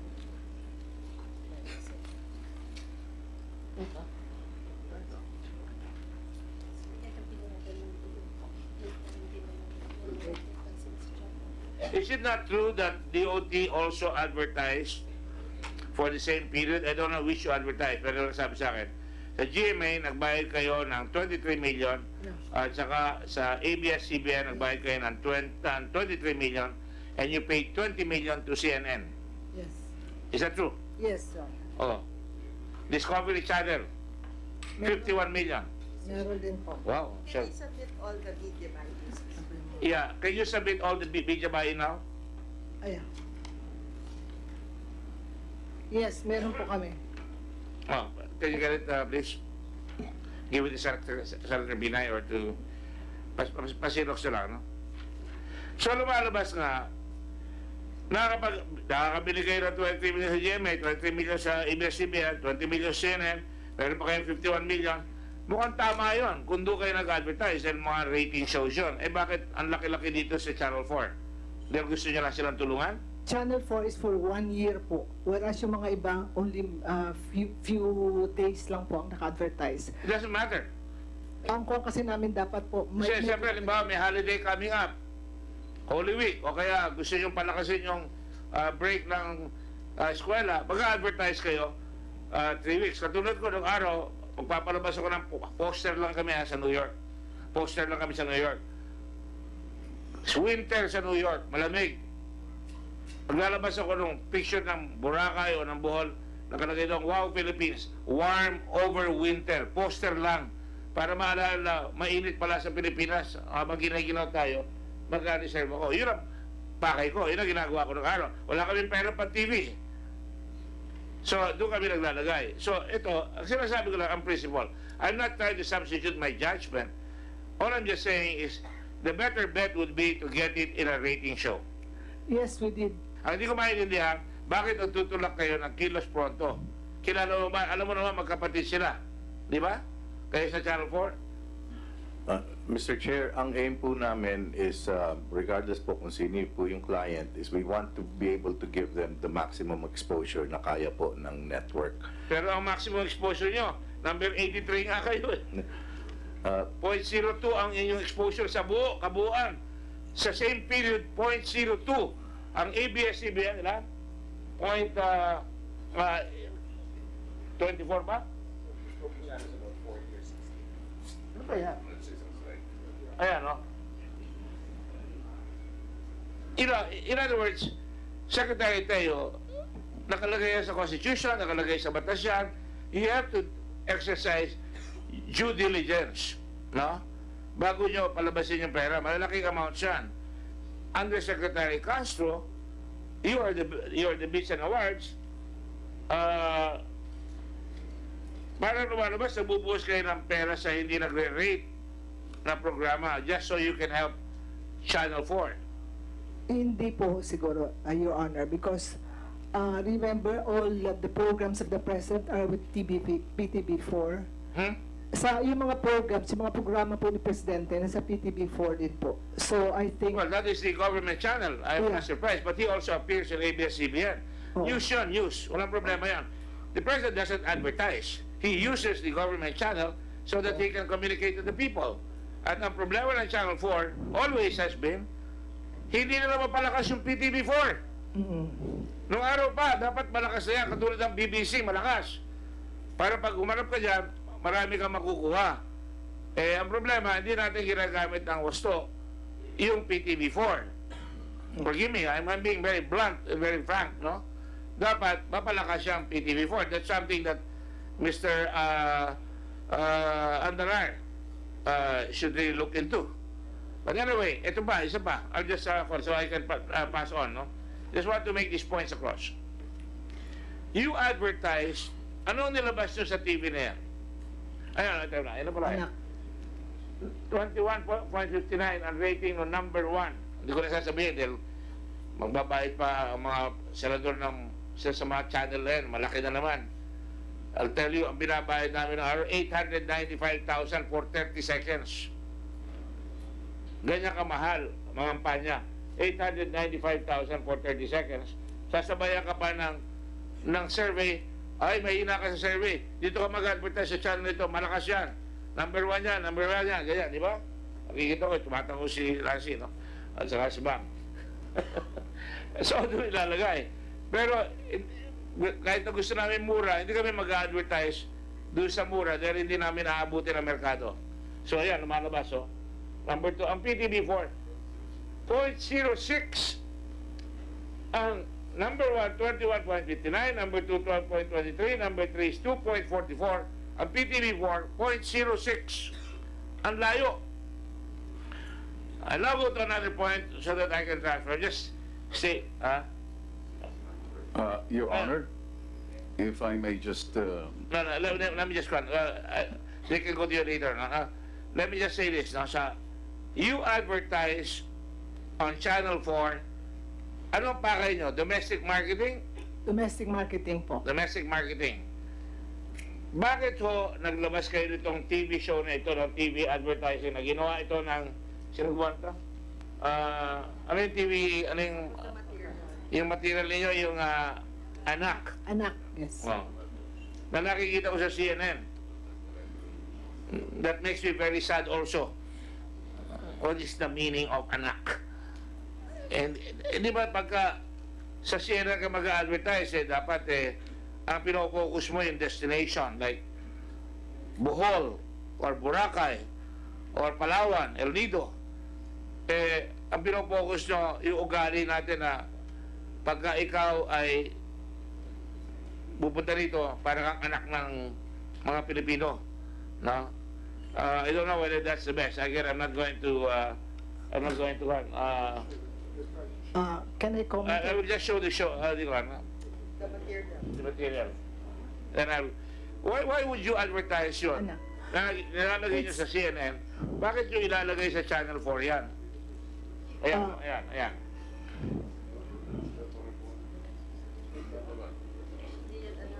Hindi anak yan. Yan ang Karamoan. Isa pa yan. Ang in-advertise nyo, Karamoan at saka Catanduanes. Siargao. Ano? Alright? At ito, angal ko ito, tuwing dumadating ako sa airport, maglalagay tayo ng malaking billboard, maganda yung lugar, pero hindi lalagay kung saan lugar yon. Wala nakalagay. Ito, lalabas ito, anak, ayan. Ganda, oh. Saan yan? Meron po nakalagay Enchanted Kingdom, Hinatuan. Nakikita ko, ano may ubi ba yun? Ubi? Ayan. Ang sasabihin niya, kumain siya ng ubi, binigyan. And then he leaves and then he turns. What does anak mean? What does anak mean? The treat. I mean, domestic tourism yan. Yes. Kung mag-advertise tayo, I would say, bakasyon na. Magpa-reserve na kayo dito sa El Nido. We did that before, no? Magpa-reserve na kayo dito sa Boracay, sa Siargao. You go to the airport, ang lalaki ng TV ad, pinalalagyan ko palagi yun na, ano ba yung magandang lugar na yan? Dapat ilagay yan, Karamuan. This is how to get there. I would even get PAL or Cebu Pacific or anybody to advertise na meron kayong special promotion sa kanila para pumunta doon sa domestic na destination. Hindi ko maintindihan bakit ito gagamitin nyo at dalawang bayan lang ang advertise nyo, hindi pa malinaw kung ano yun. Meron po nakalagay, Hinatuan in Surigao. Bohol and other destinations po like Palawan, Cebu, Bohol, Palawan. These are the destinations na kilala na po. So we'd like to focus on other destinations na hindi pa po kilala like Hinatuan, which is shared Surigao. Nung in-advertise po namin... I didn't see Hinatuan there. Meron po, Enchanted Kingdom. Ha? Nakalagay po yung river, Enchanted River po, Hinatuan. Enchanted River? Yes. I'm enchanted but I don't know how to get to Hinatuan. Hinatuan to me is a point where the typhoons go.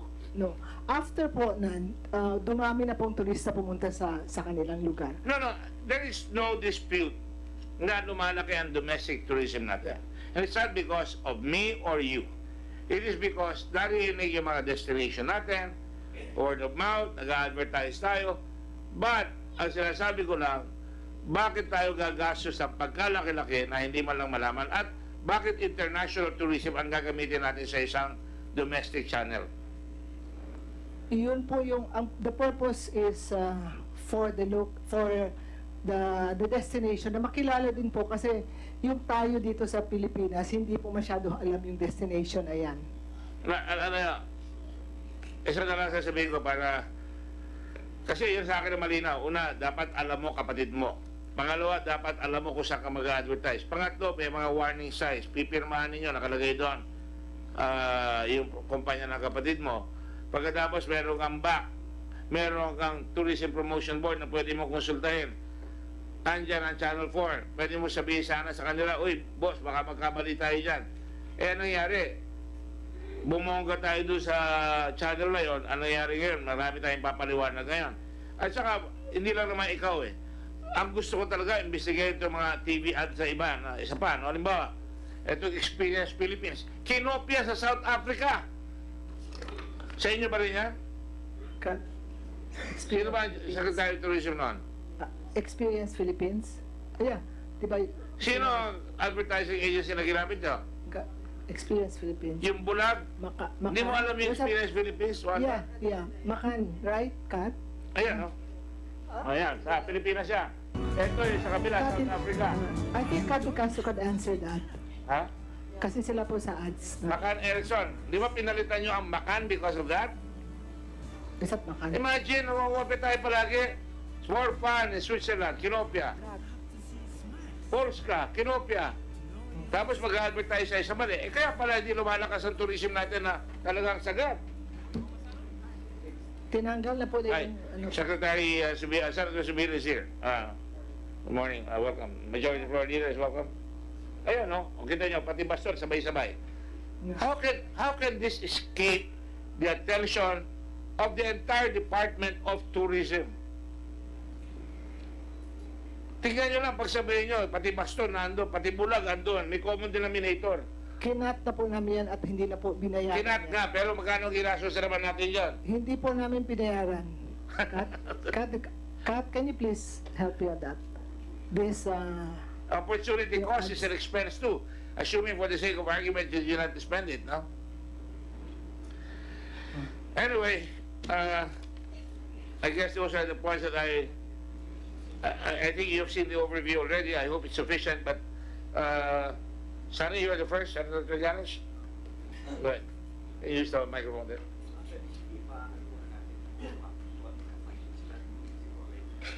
You want me to ask Cora? Yes. Okay. So, can you state for record, about the request of Senator Trillanes here, what are the findings of COA? Norma, is it? Opo. Yung findings po namin, nilagay po namin ng possible conflict of interest. Possible? Kasi po yung sa MOA po, nakalagay po yung kilos pronto. And 89 tinotal po namin, 89, out of the 120 million contract, 89 million po yung parang sa kilos pronto po napunta. The rest sa PTB for network. Nakalagay dito sa inyong kwan. Pwede bang basahin nyo ito? Page 85 or 84. Number 8. It's very hard to be chairman of the Blue Ribbon Committee.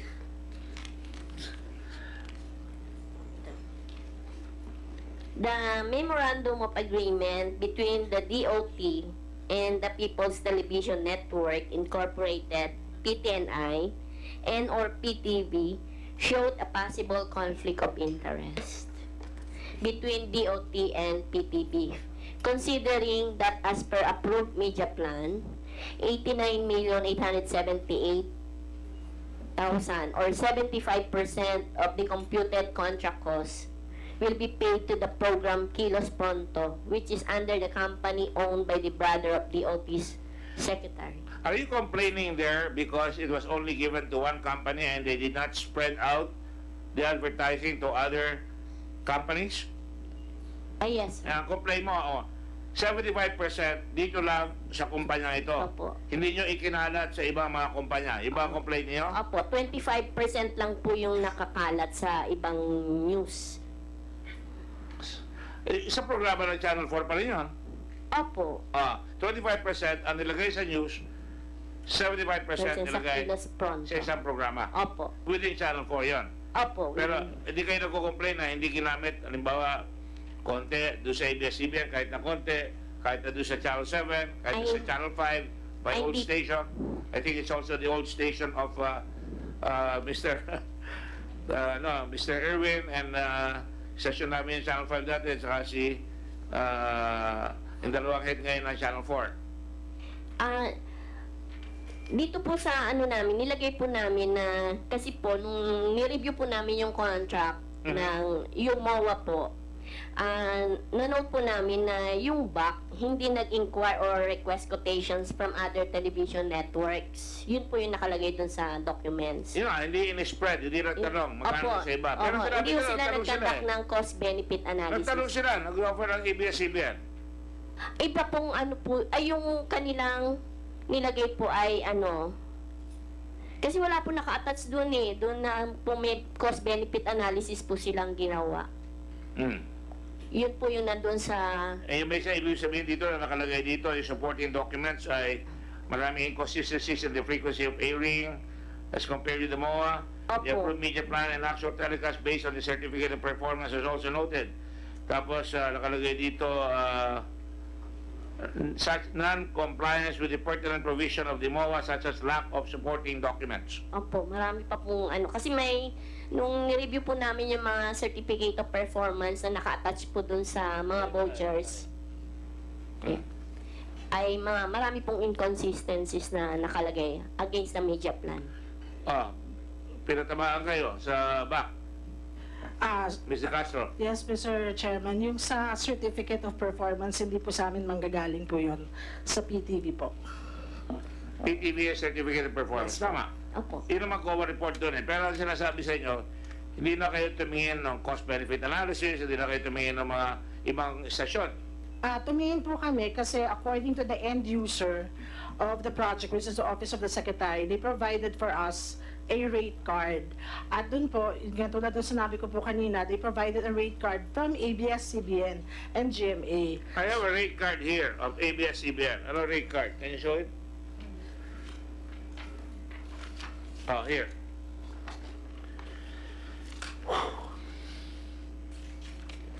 Non-prime, 6 a.m. to 5:59 p.m. 932,412. Non-prime yun. Prime time, 1.4 million. So, ang layo talaga. Kay Mr. Tulfo, 18,000 for 30 seconds. Tama ba yan? So, in other words, ang decision nila, quantity over the quality of the program, allegedly. Di ba? Iba ibig sabihin, Norma? Opo. COA? Halimbawa, GMA, for the same time period, non-prime, 299,200 non-prime. Prime, 531,000. 117 million, papadivide ko nga sa iyo, Mr. Castro. 120 na para madaling i-divide. Divided by 531,000. Ilan yun? Prime yun, ha? Prime time. Divide nyo na. Baka dumugo ilong ni Secretary de Castro. Ganyan. Ilang spot? 531,000 isang spot. Ha? For 30 seconds, 120,000 ilang spots yun? 120 million. More or less. Base po sa computation dito po, 240 spots po. 240 spots on prime time. 30 seconds po yan. Ha? 30 Kaya, seconds. 230 second spots. Kami, 30 second lang spot namin ginagamit 200. In other words, parang hindi nyo ata ginamit ang ulo nyo dyan,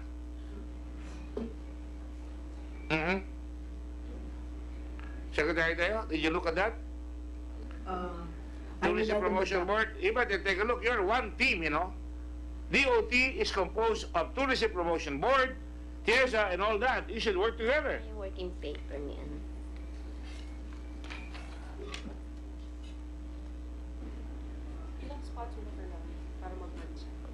Yung spot natin na ginamit nila, parang ako, yun lang ang kampanya ko eh.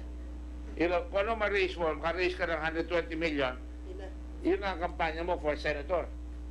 So that is one campaign. You advertise not all year round, but if you have a campaign, I would imagine, I have a campaign, ipopromote ko yung hinatuan, para hinatuan yon 120 million kung gusto mong i-promote yon, o kalahati nun, nilalagay mo sa ligo, o kaya gagawin mo sa ibang lugar, no? Halimbawa, may festival, 120 million, i-divide mo, festival sa Marinduque, o ilang spots yun, festival dito sa Ati-Atihan, ilang spot yun. So you could have spread it. In other words, mukhang hindi ginamit ng Department of Tourism ang buong ulo nila para magamit. Ako nga umaangal, konti lang ang pera namin eh. At lahat naman, hanggang ngayon, kulang pa ang budget. I am one who would say that the budget of the Department of Tourism should be 20 billion so we can get foreign tourists. Pero, bago magawin yon, paandarin nyo yung tiyesa para dumami ang hotel. Wanda yung mga airport, para pagpasok, hindi maiinis sa atin. Dahil pagka in-over-advertise mo at wala kang hotel, patay tayo, hindi na babalik yan.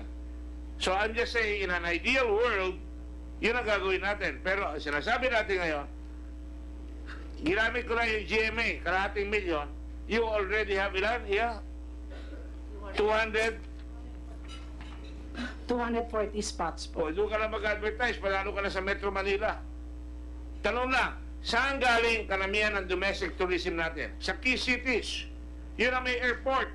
Doon ka mag-advertise sa Manila, Metro Manila, mag-advertise ka sa Cebu, sa Davao. Ginamit nyo ba ang local television? Yes. Hindi nyo ginamit eh. Ginamit yung national network nga. Wala naman local TV. Nasasabihin doon, sa local TV sa Davao, punta kayo sa Subic. Meron kang ad doon sa Subic. Sa Cebu, punta kayo sa Clark. Ayun, meron Clark Airport doon, makakapunta ka doon. Yun ang sinasabi ko. Mukhang there is not only negligence, there's also ignorance of the way we're running the DOT. And this has been happening not just with Secretary Teo, and I hope it will not happen with Secretary Puyat. Because kami, kung ganyan ang pera ko, you remember, ginawa namin yung Wow Philippines, every month, dadali namin yung region ni Senator Subiri, Bukidnon. Isang buwan sila doon, lalabas na yung mga manobo, yung mga kwan, pupunta yung mga tao sa Manila. Kaya lumakas eh. I-advertise ko yung nautical highway. Uy, pwede na magbiyahe, magdala ka ng kotse from Manila all the way to Zamboanga. Pwede mo na gamitin yan. Ilang taon na yan, hindi mai-advertise. Pero in-advertise natin sa Channel 4, marami nga, pero walang say. We also advertise yung mga festivals po. Yung I Travel Pinas, we advertise the different festivals sa iba-ibang lugar. Well, And this is promotion of the... katiting. Marami pong mga lugar na pinuntahan. In fact, Maybe the problem is, I will now look at the budget of the OT and ask, and better, Secretary Bernadette, better prepare how you're going to use that money and have a real program how you're going to spend that money para sigurado panalo tayo sa tourism. To be forewarned is to be forearmed. And I know you're trying to do your job very well. Go ahead, Senator Llanes. Start next. Maraming salamat, Mr. Chairman. I'll start the presentation by defining for the information of the Tulfos itong crime of plunder. Any public officer who, by himself or in connivance with members of his family, relatives by affinity or consanguinity, business associates, subordinates, or other persons amasses, accumulates, or acquires ill-gotten wealth through a combination or series of overt criminal acts as described in Section 1 hereof, in the aggregate amount or total value of at least 50 million pesos shall be guilty of the crime of plunder and shall be punished by reclusion perpetua to death. So wala tayong death penalty, kaya swerte nyo. Any person who participated with the said public officer in the commission of an offense contributing to the crime of plunder shall likewise be punished for such offense. At as pointed out by the chairman, ignorance of the law excuses no one. So, punta tayo muna kay former Secretary Wanda Teo. Yes, okay. Yung assertion ninyo kanina na itong 120 million pesos na dinisburse nyo for TV ads ay hindi mo alam na mapupunta sa kapatid mo. Yes. Yan po ang assertion ninyo. Yes, Your Honor. Subukan nyo yan sa korte na defense. Tignan natin kung mag-hold yan. Your Honor, the case is already with the Ombudsman. Yun na nga. So precisely. Kung ko sa inyo, mag-iba na kayo ng legal defense kasi Yung plunder po, ako... alam nyo po, sa buong Pilipinas na nanonood sa inyo, hindi paniniwalaan na hindi mo alam na napunta yan sa kapatid mo. Your Honor, that is your assertion. Precisely. And ganyan din ang observation ng mga nanonood sa ating ngayon. Anyway, so itong yan ang inyong naging assertion. Ngayon, kung ganyan kayo sa 120 million pesos, how much more dun sa buong budget yung discretionary funds ng DOT? So it would give us a glimpse kung gaano kayo ka-reckless sa pag-disburse ng pondo ng gobyerno. Anyway, pupunta tayo rito sa kay Mr. Ben Tulfo. Your Honor, can I answer? I am not reckless when it comes to disbursement of funds. Well, wala akong question, so hindi kailangan ng sagot. Ngayon, anyway, dito kay Mr. Tulfo, magkano ang total na na-receive mo? Your Honor, meron ho kaming copy ng mga check and we have to account everything kung magkano pong binayad sa amin. So offhand, I don't have the record, but we can present that maybe in the court of law. Ito na. Panay ang iwas na. Pero doon sa radio program ketatapang Okay. Pero ngayon, nabibilaukan yung katotohanan. Ang hirap lumabas, ano? Sir Ben Tulfo. I look at you straight in the eye, I'm still not finished. Well, anyway, ganito yan. So, alam nyo dito, as described, so swak na swak. Kung pasok na pasok ka, bitag. Dito sa bitag. Di ba, Mr. Tulfo? Anyway, pupunta tayo dito sa iTravel Pinas. Mawalang galang lang po. Ito yung question ko. You need to answer this. No, Mr. Tulfo. No, I think mawalang galang lang po. Mr. Chairman, I am the... Let her finish his questions and then you may answer, please. Dito ba sa iTravel Pinas na program, sino ang nag-produce nito? Ang tinatanong niyo po ba, walang galang lang, Your Honor, yun ho bang segment o yung episode? Linawin po muna natin. Both. Well, anyway. Either both. Sila ho nag-produce niyan, PTV4 ho. PTV4? Yes po. Do you confirm that, PTV4? Yes, Your Honor. Okay. Produce the Catanduanes and the Caramoan program or yung iTourism? Anong pinroduce niya? Yung produce po namin is the show iTravel. iTravel daw. Yes, sir. And yung pong 6-minute segments. Yung Catanduanes sa Caramoan. Sino nag-produce doon, Mr. Tulfo?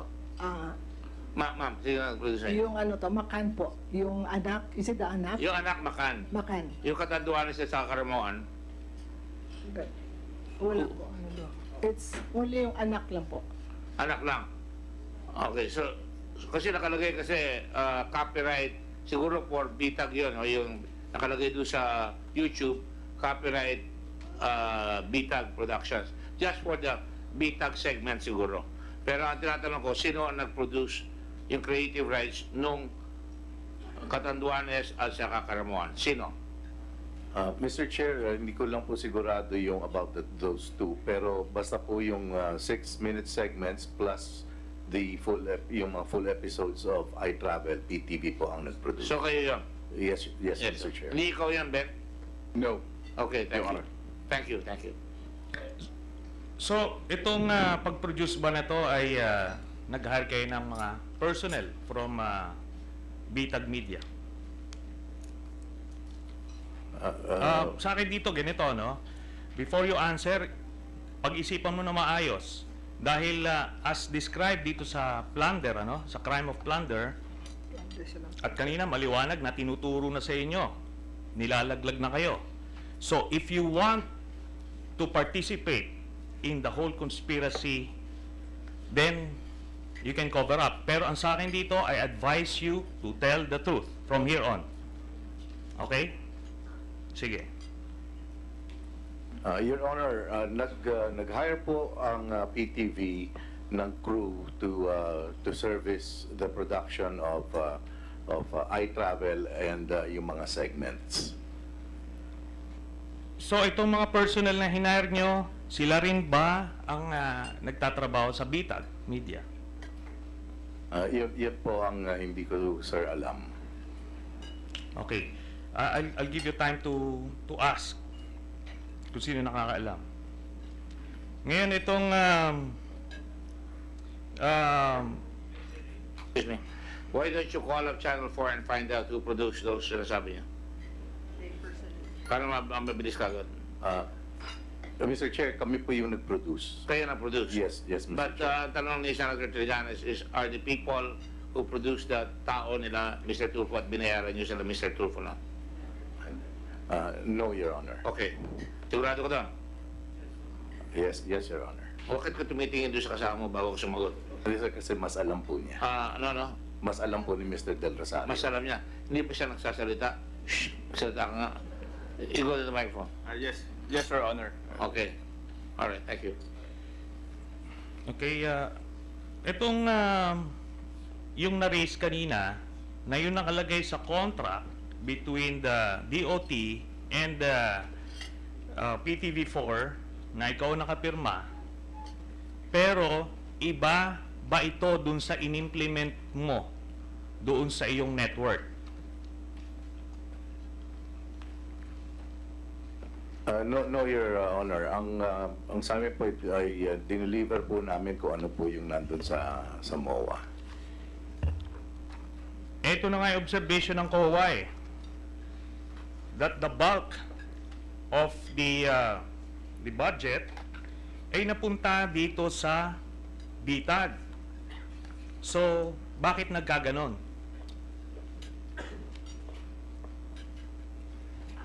Your Honor, dahil po kailangan naming i-fulfill yung contract between us at DOT.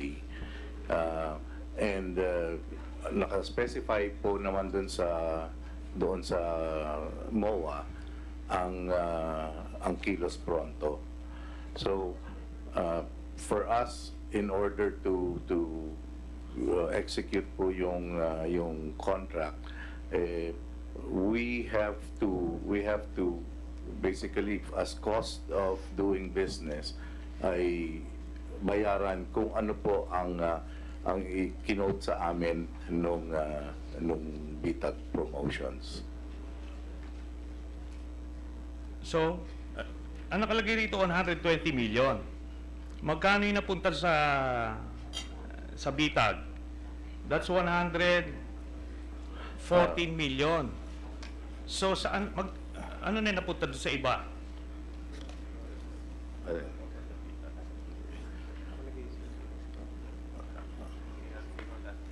Your Honor, out of dun sa 120, dahil 4 tranches lang po yung na-release, ang napunta po sa PTV ay 95,625,000. Now, out of that po, according to our records, ang binayad po ng PTV to BMUI is 71,061,275 1,000,000.34. So, may natira po na thereabouts of 19.8 million sa PT, which was retained by PTV as revenue po. So dun sa buong contract na 120 million, ilan ang napunta sa Kilos Pronto at ilan napunta dun sa ibang shows ng PTV4?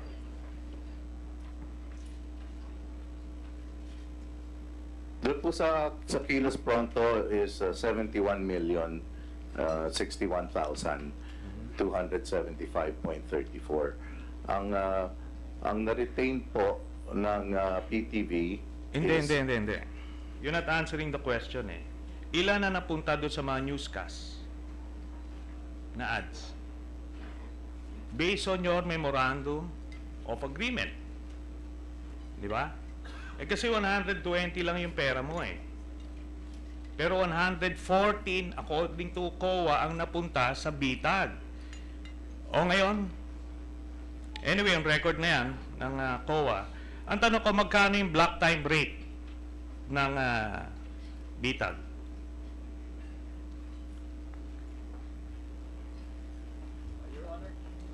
Your Honor, Bitag pays us 700,000 a month for us black timer. So, binabayaran kayo ng 700,000 a month? Yes, Your Honor. So, in effect, itong sinasabi mong 20 million ang kinita nyo doon sa buong kontrata, ito mainly yun? Yes, Your Honor. That's for the advertisements of DOT sa mga news ng PTV, Your Honor. Precisely. So, doon sa placement na nilagay doon sa Kilos Pronto ng Bitag, walang kinita ron ang PTV4. Is that correct? Wala, Your Honor, kasi kami ang nagbayad sa PTV ang nagbayad sa Bitag, Your Honor. So, that negates yung assertion mo kanina, Mr.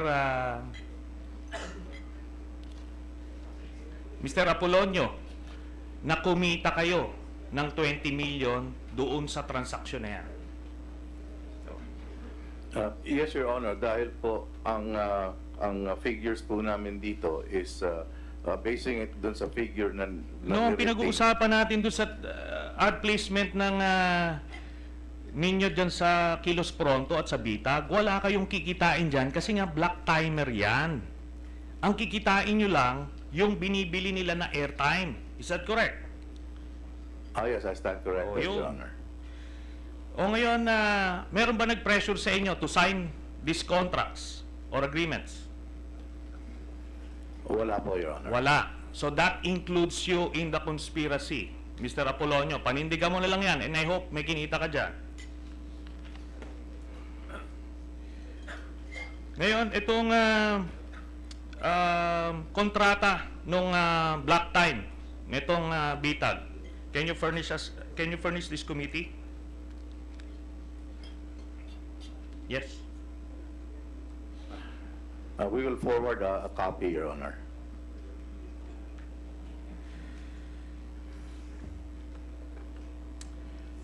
Okay. Ngayon, pupunta tayo kay Miss De Castro, Yusek De Castro. Kayo yung head ng Bids and Awards Committee. Yes, that's correct. Okay. So, aware kayo na itong Kilos Pronto ay sa pagmamayari ni Mr. Ben Tulfo? No, we were not aware po. And for the record, when it was presented to the Bids and Awards Committee by the end user, who happens to be the Chief of Staff of the Secretary, si ASEC Arlene Mancao, I was not present. It was presided by the Vice Chairman of the BAC, si ASEC Malu Japson, but they have a minutes of the meeting. Okay. At what point during this whole episode na na-realize mo na si Mr. Ben Tulfo ang may-ari nung Bitag? Ito na lang po nung May nung pinag-uusapan na po. Sigurado kayo dyan, Ms. De Castro? Yes po. Okay. Sino ang... so kayo ang host nitong iTravel Pinas? Nag-start po kasi ang concept niyan na ang mga mag-host po ng show ay mga USEC, ASEC at regional directors and other directors po of the department. Yes. Pero, ang I Travel Pinas nga ay pinoproduce ng Bitag.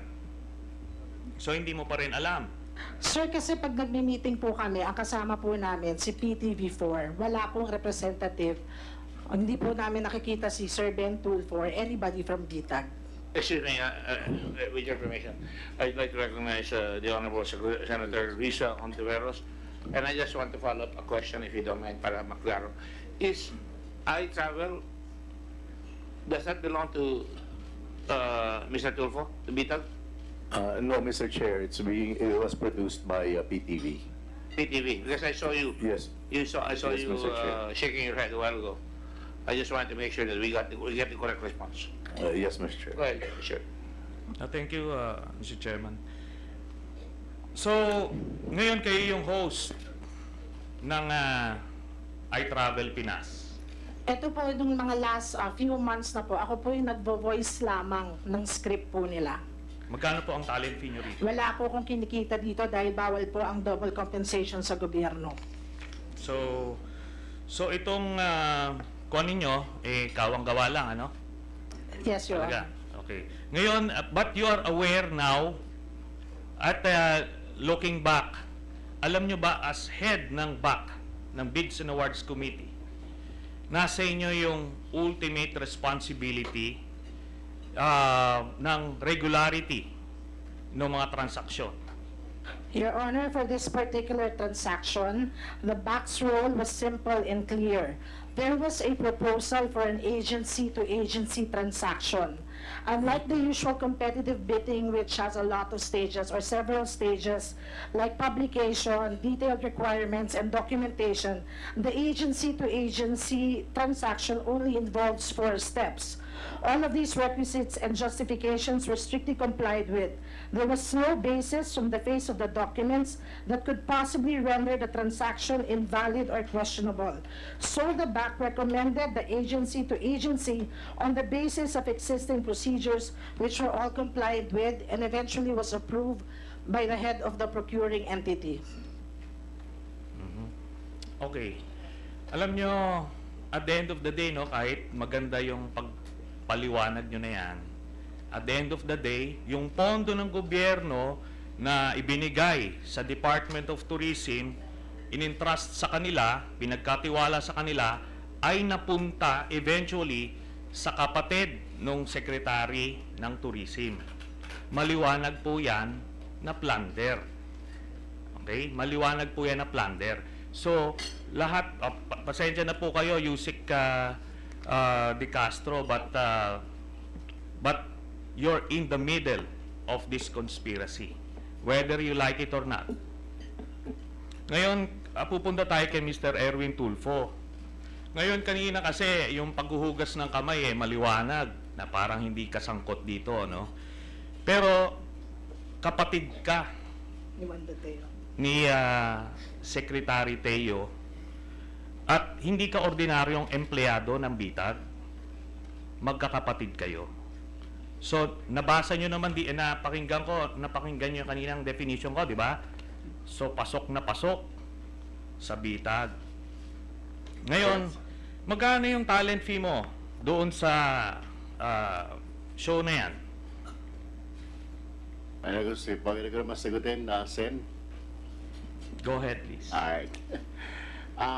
Una ho sa lahat, yung issue, kanina ko pa naririnig, pinipilit mo na may plunder pa.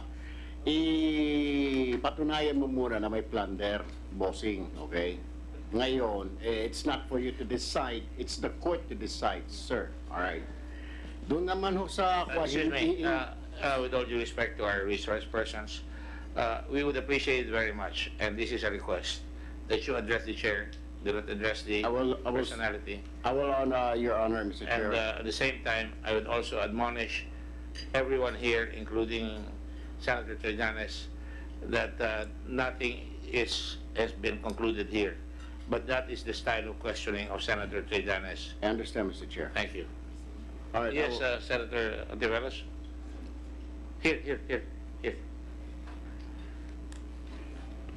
Thank you, Mr. Chair. I appreciate the intervention of the Chair, and may I also request the Chair further to remind our good resource persons while addressing the chair to use the term Mr. Chair or as appropriate, because the word BOSSING I heard is definitely not part of the language we use in these hearings. Thank you, Mr. Chair. The point is well taken. Doesn't take any offense, although it would be appreciated if the formality of the Senate is respected. Mr. Tulfo. Mr. Erwin Tulfo, thank you. And for all the resource persons, thank you. I appreciate that, Senator, ma'am, for informing me. At least probably a year or two from now, I would know that. Anyway, sir, Mr. Chair, yung sinasabi ni Senator Trillanes na kasama sa plunder dahil dahil empleyado ako. Talent po ako, Mr. Chair. Alright. Ang talent po kasi, papaliwanag ko lang ho sa inyo, Mr. Chair, na hindi po regular yan. Alright. Wala ho mga benepisyo. Kumbaga sa kuha ni casual ho, anytime pwedeng sibakin. Alright. Just like any other companies. Para lang kung karpintero yan sa isang construction company, pag gustong palayasin ng kumpanya, pwede. Okay. Ganito rin yung Mr. Chair sa mga security guard. So ibig ang punto ko, Mr. Chair, ano naman ho kinalaman ko dyan sa sinasabing pondo na ng DOT? Besides, Mr. Chair, nung dumating ako sa programa na yan, nag-umpisa na yung advertisement na yan. Alright, nung pumasok ako. At saka nga pala, Mr. Chair, hindi lang po kami dalawang anchor dyan. Kung makikita nyo sa TV screens, 3 po kami anchor dyan. Pinagdidikdikan lang ho ng ilang media, pinipilit na kami lang magkapatid na isa ako sa may-ari. Hindi po ako may-ari. Lilinawin ko lamang ho sa lahat, lalo na sa ilang mga media ho dyan na very critical ho sa amin. Hindi po ako producer, co-producer, official, or whatever ng Bitag Multimedia Unlimited Incorporated na producer ng Kilos Pronto. Ako po ay talent lang ng Kilos Pronto. Nevertheless, sir, abay, kung tinatanong ho ninyo kung magkano yung sweldo ho, nasa 150,000 ho, sir. Yun po, yung usually, pag nasa TV po, yan po yung usual na sweldo po ng mga anchors, sir. So, dyan yan sa Kilos Pronto? Opo. Okay. So, maliwanag na nag-benefit ka dito sa transaction na ito.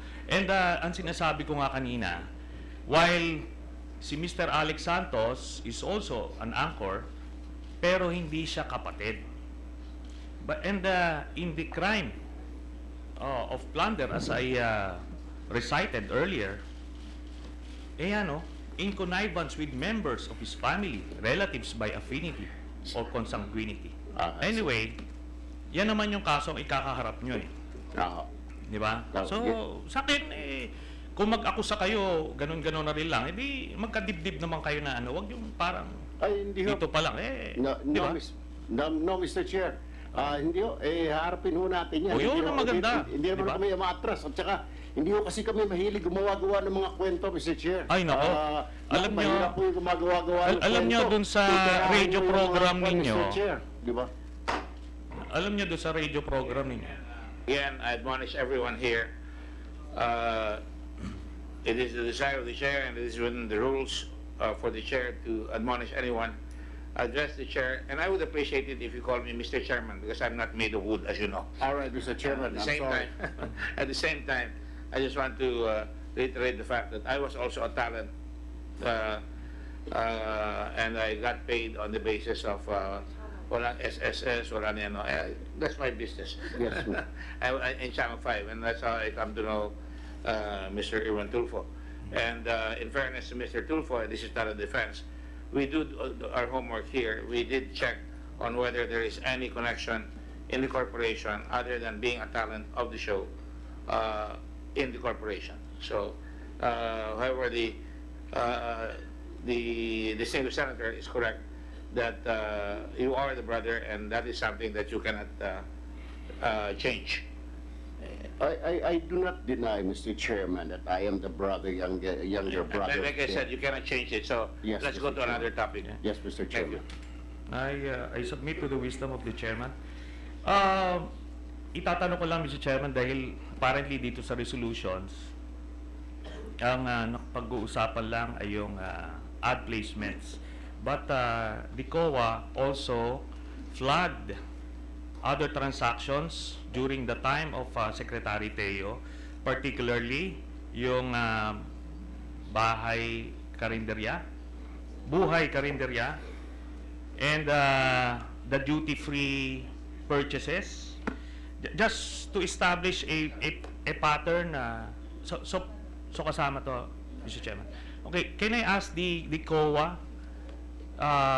in relation to the other flag transactions by the DOT? Pwede nyo bang isa-isahin po? Good afternoon po, Mr. Chair and the members of the committee. Yung buhay karinderya po, ay transaction po yan ng TPB, Tourism Promotion Board, which is under the corporate government sector. Unfortunately, hindi ko sila nakita dito. Siguro hindi po sila na-invite. So, Na-invite sila? Wala ko sila. Corporation po sila, and it's under the corporate government sector of the COA. Sure. Wala po sila dito. Hindi ko na, hindi... Are you talking about Tourism Promotion Board? Hindi po. DOT po kami. National Government Sector. Yung auditor ng COA. Opo. Kasi kami po, ino-audit po namin ang Department of Tourism. Yeah, just to let everybody know, we're concentrating first on this matter of the advert placements, and then after this, we will concentrate on the duty-free as well as the other problem involving Mr. Montano, yung karinderya. Mr. Chair, we cannot answer for questions or issues regarding duty-free and buhay karinderya kasi hindi po kami ang nag-audit. Hindi kayo yung auditor doon? Opo. Okay. We will invite whoever the auditor is at the proper time. So if that's the case, Mr. Chairman, I'll pass on to the next senator. Thank you, Senator Trillanes. Senator Bina is recognized. Senator Bina is the chairman of the Committee on Tourism. So, Thank you, Mr. Chair.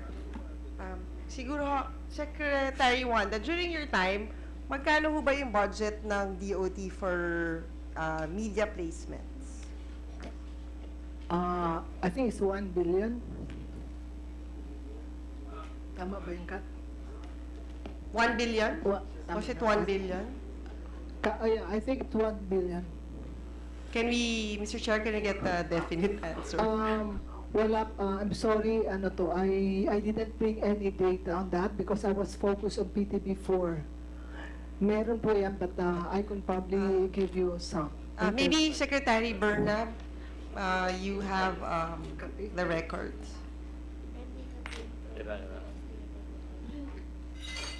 Okay, here for the year 2017, it was maybe we can start with 2016 and okay, for 2016 it was 1.15 billion. For 2017 it was 300 million, and for 2018 it was 1 billion. 2017. Yes. It was 300 million. Yes. Pero ngayon, now it's 1 billion. Yeah, more like it. But the previous year, it was also higher. For 2015, it was 600 million. 600 million. Yes. Wow. I mean, that was a lot more than we did. Go ahead. Okay, and then, I guess with this budget, meron naman kayong marketing plan or media buy-in plan. Tama po ba? I don't know, Secretary Teo or Yusek or whoever is in charge of the placements. Yeah, just for the record, the branding budget is under the Office of the Secretary. For 2016, I am aware yung 650 million where ang napunta po yun sa Macan kasi sila po yung nanalo dun sa branding campaign ng DOT. 150 million. Opo. Ang binayad sa Macan. Yun po yung nakaalat na budget po sa kanila, 650 po. And was that paid? Sorry, sir. Was that paid? Yes. Was that I'm not obligated to aware pay? po. I'm not aware, Mr. Chair. Secretary Teo? I think, hindi po ako din sure because during that time, ito po yung nangyari na yung sites that we have to cancel. But the contract was during the time of Secretary Jimenez. Sila po nanalo. So I continued during my term. I'm astounded. I mean, there's an awful lot of money for McCann Erickson. For a client that is, really scrounging to get a good budget to get out into the international and domestic community. Go ahead. Mr. Chair, siguro out of the 650 million dun sa McCann, ano lang ba to? Media buy-in or part din yung pag-produce ng ads? Yeah, kasama yan, pag-produce ng ads. Pati yung pag-produce ng ads. So yung anak was part of the 650 million and ano ba yung bulag? Sites. Yung sites. So I guess hindi nyo nabayaran yung 650 million because may problema tayo dun sa sites. And then what was the media placement? Hindi ko naman ito. Wala data. No data. Sorry, Senator Nancy, but we did not bring in the data. But yeah, the data. Pero meron naman I guess we siguro have. Secretary Bernard, do you have that data? Kung merong media plan? For the record, I had a conversation with Senator Trillanes. We are going to call Mr. Montano. Cesar? Montano. Budalenye. I'm Cesar Montano. Okay, mga Kastila talaga. Hindi, Basco eh. We will call him and continue with the duty-free Philippines investigation at the next hearing.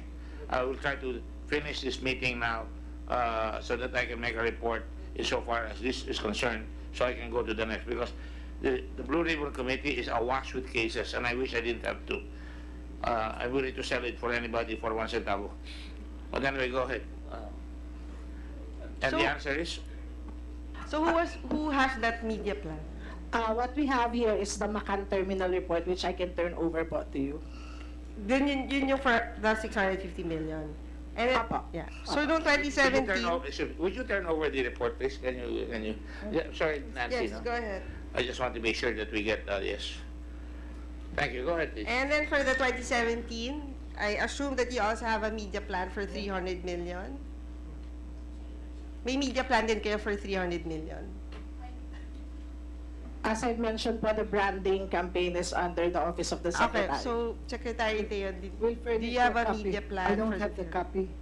Sige, please. The question is, did you have a media planner for the 300 million? Yes, but hindi ko po ma-itemize. We have that. We will give you a copy because mahirap na po kasi kumuha ngayon ng mga records sa DOT. Well, we'll ask. We will ask. It would be unfair for her to get it. Yeah. And Mr. Chair, siguro let us also include the 2018 media plan. Yeah. The what? Which the one? 2018 media plan. Yes, of course. We will get the 2018.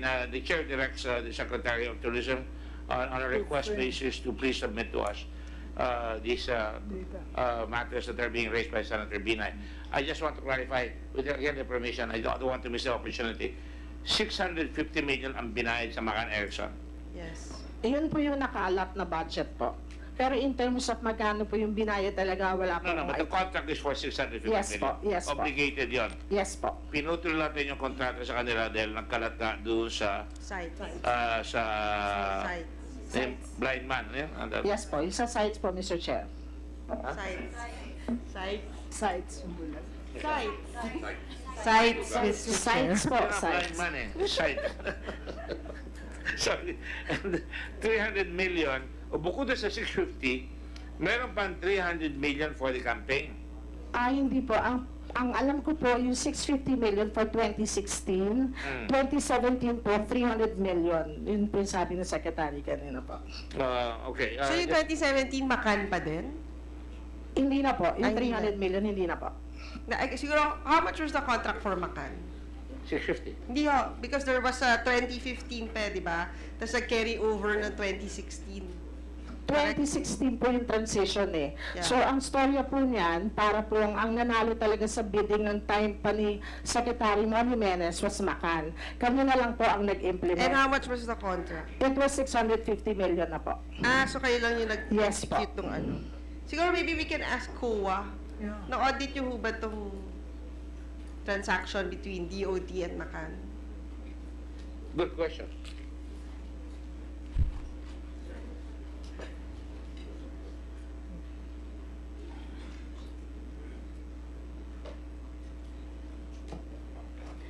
Sir, na-audit po namin yung yung contract and then the payments. Hindi pa po nila na babayaran ng buo kasi nga lumabas yung problema. And ang nagka-problema po sila sa creatives. Pero may mga contract na rin po yung mga placement. So yun po yung itinuloy na yung anak ng ina-advertise. So doon po sa sa KR po namin nakakalagay po doon kasi may mga kulang po mga documents kaya hindi pa po namin masyadong thoroughly na-audit po. Anyway, we should get a copy of that Yes. by budget time, right? Yes, Mr. Chair. Makukuha naman namin ho yan by budget time. Budget time na yan eh. Apo, Yung makukuha. report ninyo. Nasa KR po. At saka, I need to know how much Macan Erickson was paid after the contract had been cancelled. Ito, sir. Sir, ito po nandito sa page 130 ng aming Report. annual report. May disbursement po na 271 million. Balance? 271 million po. Ano po yun? Balance? Hindi po, yun yung nabayaran na po. Bayaran, Na-disperse po. 718, 558.11 or 42%. As of December po yun. 217? 71 million. 21. 718, 558.11 for to be exact, or 42% of the contract cost. Yun po yung nabayaran na po sa Macan. As of December po yun. I just want to be sure, yung hindi nabayaran, dahil meron ng obligation na bayaran yung commercial nung site, Opo. ipinasa na lang doon sa anak. Anak. Anak. Diba? What is the meaning of anak? Diba? Kasi po yung creatives, marami yata po creatives yun. Kasama po yung bulag ba yun? Bulag yun nga. Yun po. Yung kasama yun sa bulag.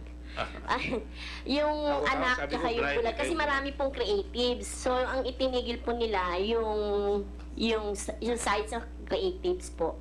Pero yung placements po, kasi kontrata na po, kaya yung anak nga po yung pinapalabas nila. O nga, pero kaya nga, yung anak, yung site o bulag o yung blind, meron ng obligated na ipapalabas yung commercial. Ngayon, dahil kinansel yun, ginamit ng DOT ngayon yung para sa anak doon sa balanse ng commercial para di na mademanda. Ano po? Kasi po lahat po nga po yun Biro ko nakapasok. na ako dahil nainis talaga ako doon eh. I'm sorry, I don't really. So yun ang kwan. Opo. Opo. Salamat po. Thank you. So, siguro, Mr. Chair, Macan was doing the creatives and the media placement for 2016. Correct? And 2017? 2017 lang po. 2017 lang Yes yung... po. Apo.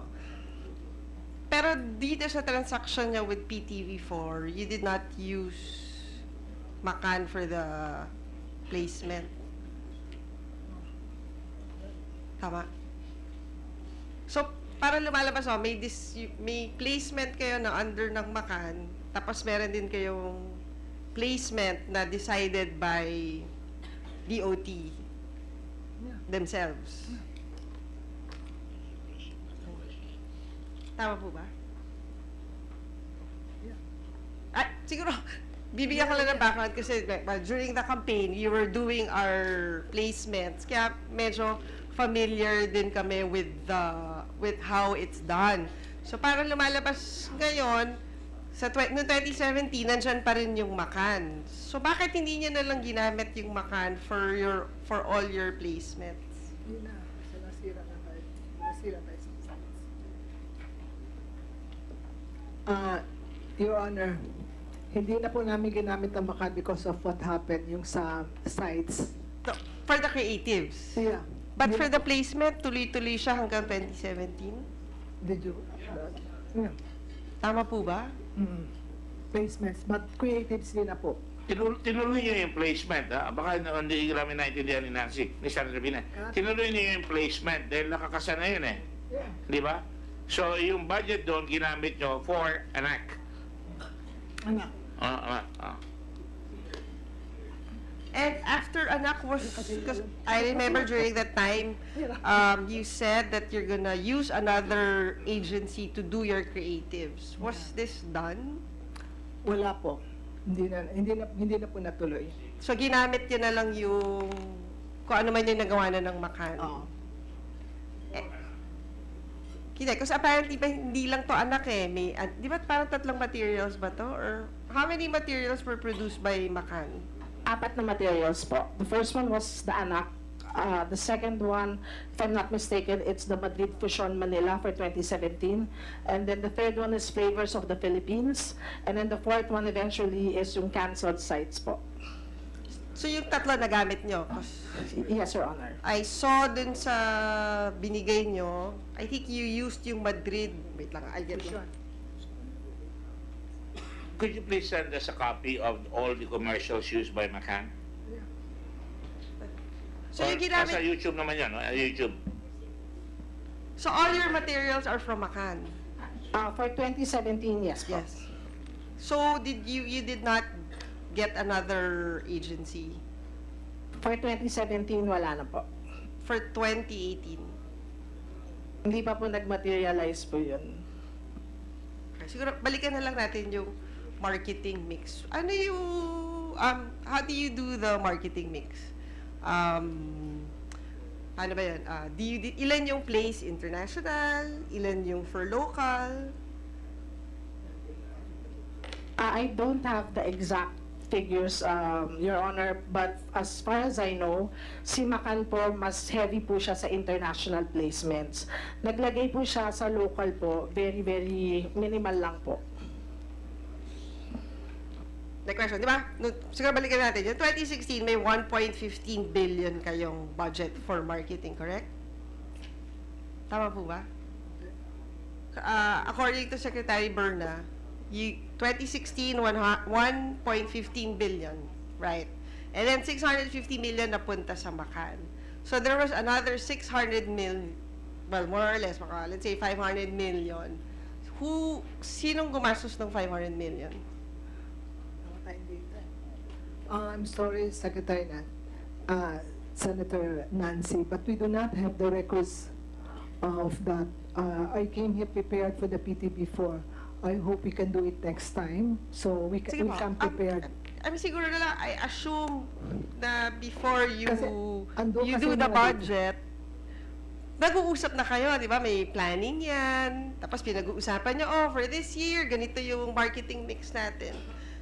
Siguro, if you can just remember, what was the direction for DOT in terms of placement? Was it like, nung nagpaplano kayo, 60% ba international, 40% local, tapos pag ABS ba, ganitong percentage, pag GMA, pag PTV4? It's more on international po. So how much was spent for international? May idea ka pa? I don't have the exact figures pa. Sige, Secretary Berna, can you furnish us? So for 2018, what was the direction for marketing? That's already Secretary Berna's term. Can you just submit to the committee? Okay. Mr. Chair, I will to give my colleague the chance to answer questions. Thank you, Mr. Chair.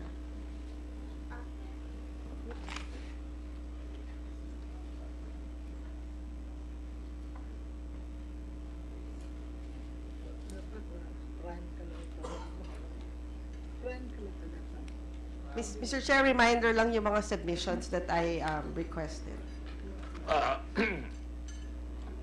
Before we recognize the distinguished Senator Risa Ontiveros, I just have to figure this out from PTV and from DOT. The total that was supposed to have been paid is 120 million. Is that correct? 120. Yung pong Ang contract natanggap price. ng kumpanya ni Mr. Tulfo is 100, ilan? Kayo na magsabi para hindi tayo magkagulo. Sir, a gross amount of 75,798,693.7. So 75 million plus and change, 75.7. Yes, Mr. Chair. Out of the 120. Tapos binayaran kayo ng 20. Yan ang kinita nyo. Ang retained po by PTV is exactly 19,826,306.3. 19 million 826,000. 826,000. 306.3. 76.3. Ko, will you please take care of this? I just want to know. 120 nakalaan, 75.7 or 0.8 ang nakuha ng kumpanya ni Mr. Tulfo, halos 20 million ito. So, alisin mo na yung 20 million na 19 going ng 20, may 100 million pa. So, 75 million o 75.8 lalabas na mayroon pang natitira na 25,000 or less. 25 million or less. Saan napunta yan? Siguro sa Mr. Chair, yun po yung last tranche na hindi na po na-release. Magkano yan? I don't dwell in siguro. Ilan yun? 11 million nata yan, 12 million. Diba? Ayan. I think it's about 100.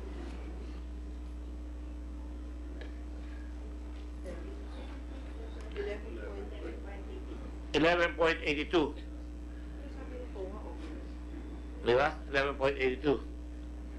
So, meron ka mga dito ng 13 million. Siyempre, may VAT yan. Nagbayad kayo ng VAT. Di ba, Mr. Tulfo, nagbayad kayo ng VAT? Yeah, Mr. Chair, you're right. We have to factor also The VAT. yun ho, mga VAT, e-VAT, and then yung mga deductions. Withholding. So, ito mga withholding, e-VAT, deductions. So, para maging specific ho tayo, kasi pag nagbayad ho sila, deducted ho lahat yan. Sila na nagbabayad doon, hindi naman ikaw. Sa gobyerno ho, pagdating sa kanila, i-issue ho sila sa amin ng check, yung billing ho namin. Ako ho, Mr. Chair, I'd like to take this opportunity. Siguro makakatulong ho to sa inyo, kasi maraming tanong na parang tumatahimik ako rito on my presence na I have to speak because I'm the one in the middle of the controversy. No, nobody's saying you were deceived. There's a contract. Ang mali dyan. But ang contract po is like this. As far as the contract ng DOT at PTV, we don't have any legal personality to intervene. Kami ho ang kontrata namin, deliver ho namin base doon sa nakasulat sa kontrata sa pagitan ho ng PTV at BMUI. May mga confusion ho kasi pag Bitag, programa ho yan na hindi ho angkop dyan ng turismo. Yeah. Ngayon, ang Kilos Pronto ho, ibang programa po to. And is it covered by your company? Ang BMUI sa production outfit, independent production outfit, ito ho'y content producer ho tayo, kami ho'y content provider ho sa mga network. Kahit saan network. It doesn't include therefore Bitag there. Ang Bitag ho, isa ho sa mga programa like Bitag. No, my question is simple, Ben. BUMI is a content provider. BMUI is part of the content provided Bitag? Yes, it's also production. Is part of Kilos Pronto provided? Kilos Pronto is also a program sa loob ng BMUI. Under BMI, of course. BMUI, yes. So, okay. So, my question, wala akong problema doon. The real problem here is really the issue of conflict of interest. That's what Secretary Wanda has to address in the case that you already have in the Ombudsman. I'm not going to lawyer for anybody here. You have your own lawyers, no? Yes. I'm not going to tell you what your rights are, but what is in front of me are the facts. Yes. And as far as I'm concerned, there is a failure by Secretary Teo to appreciate the fact that nagkulang yung kanyang department na maasinta na merong conflict. Because walang lusod doon eh. Strictly yun eh. Pangalawa, ang Channel 4, ang PTV, dapat nahagip yun. Dahil programa ninyo yun eh. Di ba? Dapat nasabihan. Now, whether or not the ombudsman or whoever it is that's going to handle the aspect of cases, sila yan. But sa amin, ang intention namin dito is to make a report in aid of legislation and make the necessary recommendations.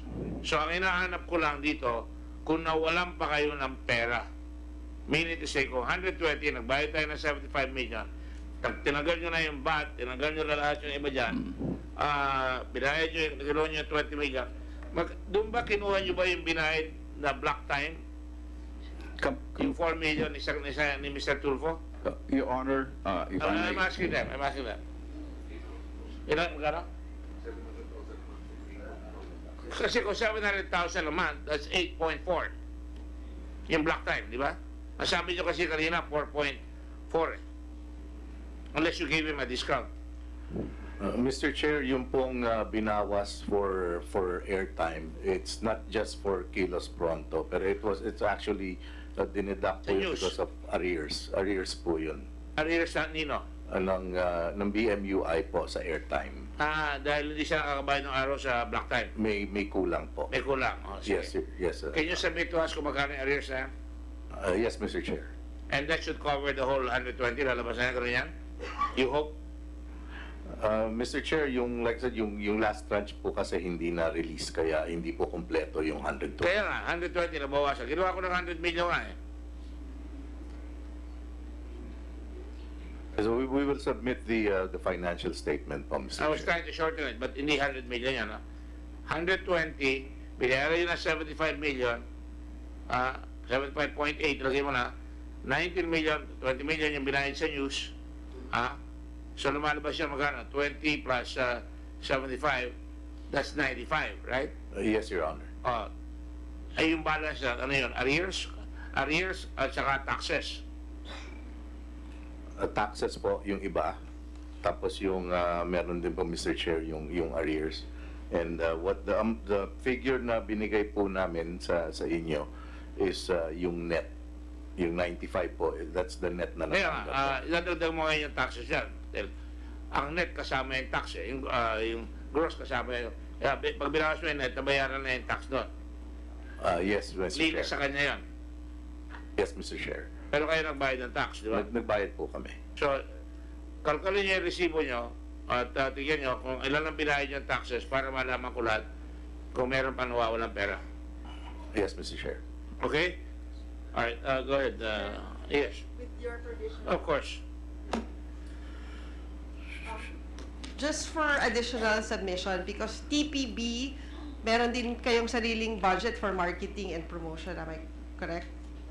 Can you please submit to the Yes, Your committee your budget for 2016, 2017, 2018, and your placements for marketing and promotion for those 3 years? Thank you, Mr. Chair. Yes, Your Honor. We will do. Yeah. Well, we'll see each other budget time. PTV kasama government corporation, government corporation. Pero sinasama sa hindi, kahit ako meron support yan. Meron pa kayo budgetary support, di ba? Merong support ng gobyerno sa inyo, budgetary? Wala na? Yung share niyo sa casino? Yung sa casino? Yung share niyo sa airport? Ako gumawa ng loan na yan. Yung ano po, Mr. Chairman, yung what I understand is wala na po kaming GAA since 2016. Wala tayong GAA pero meron kayong support, kinukuha sa casino, sa PAGCOR, kinukuha sa airport. Yes, Mr. Chairman. Meron yun. Meron po. Hindi, papansinin natin nga eh. Okay, go ahead. Senator Risa Ontiveros is recognized. Thank you, Mr. Chairman. Magtatanong po ako sa dalawang kabaro ko, sina former Sec Teo at saka si Sec Berna. Kay former Sec Teo muna po, sabi po ninyo hindi nyo alam na yung Kilos Pronto ay sa mga kapatid ninyo. Kaya hindi po na red flag nung nagkaroon ng kontrata between DOT at saka yun nga pong Kilos Pronto. Pero hindi po ba, ma'am, na yung kontrata ay binayad sa 3 tranches over a period of at least 7 months? So, ibig po sabihin, sa loob nung higit kalahating taon na yon, habang binabayaran in at least 3 tranches, hindi po kayo nag-usap lahat, kayong magkakapatid? Hindi po kami, kanya-kanya po kung buhay yung mga kapatid ko. I don't even have time to talk to them. Yung checks were all paid to PTB4. So lahat po ng mga cheque na in-issue ng DOT were all paid to PTB4. So yung PTB4 na po bahala kung saan sila magbabayad.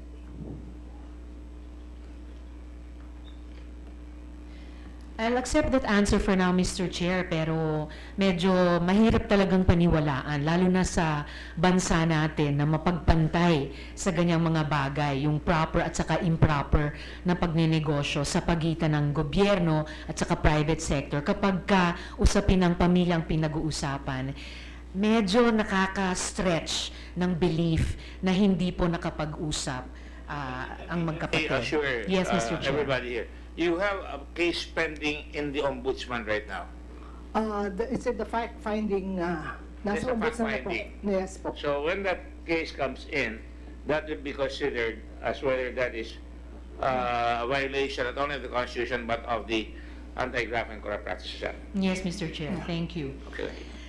Ma'am, bakit po sinabi ng abogado niyong si Attorney Topacio na isusoli ang pera? Pero sinabi po ng mga kapatid niyo na hindi isusoli ang pera. So ano po yung talagang mangyayari? Okay, ganito po yan. It was suggested by Attorney Topacio, he was my lawyer before, na kung pwede isauli yung pera. So at that time, medyo magulo na po yun. So I asked my brother kung pwede, if they could return the money.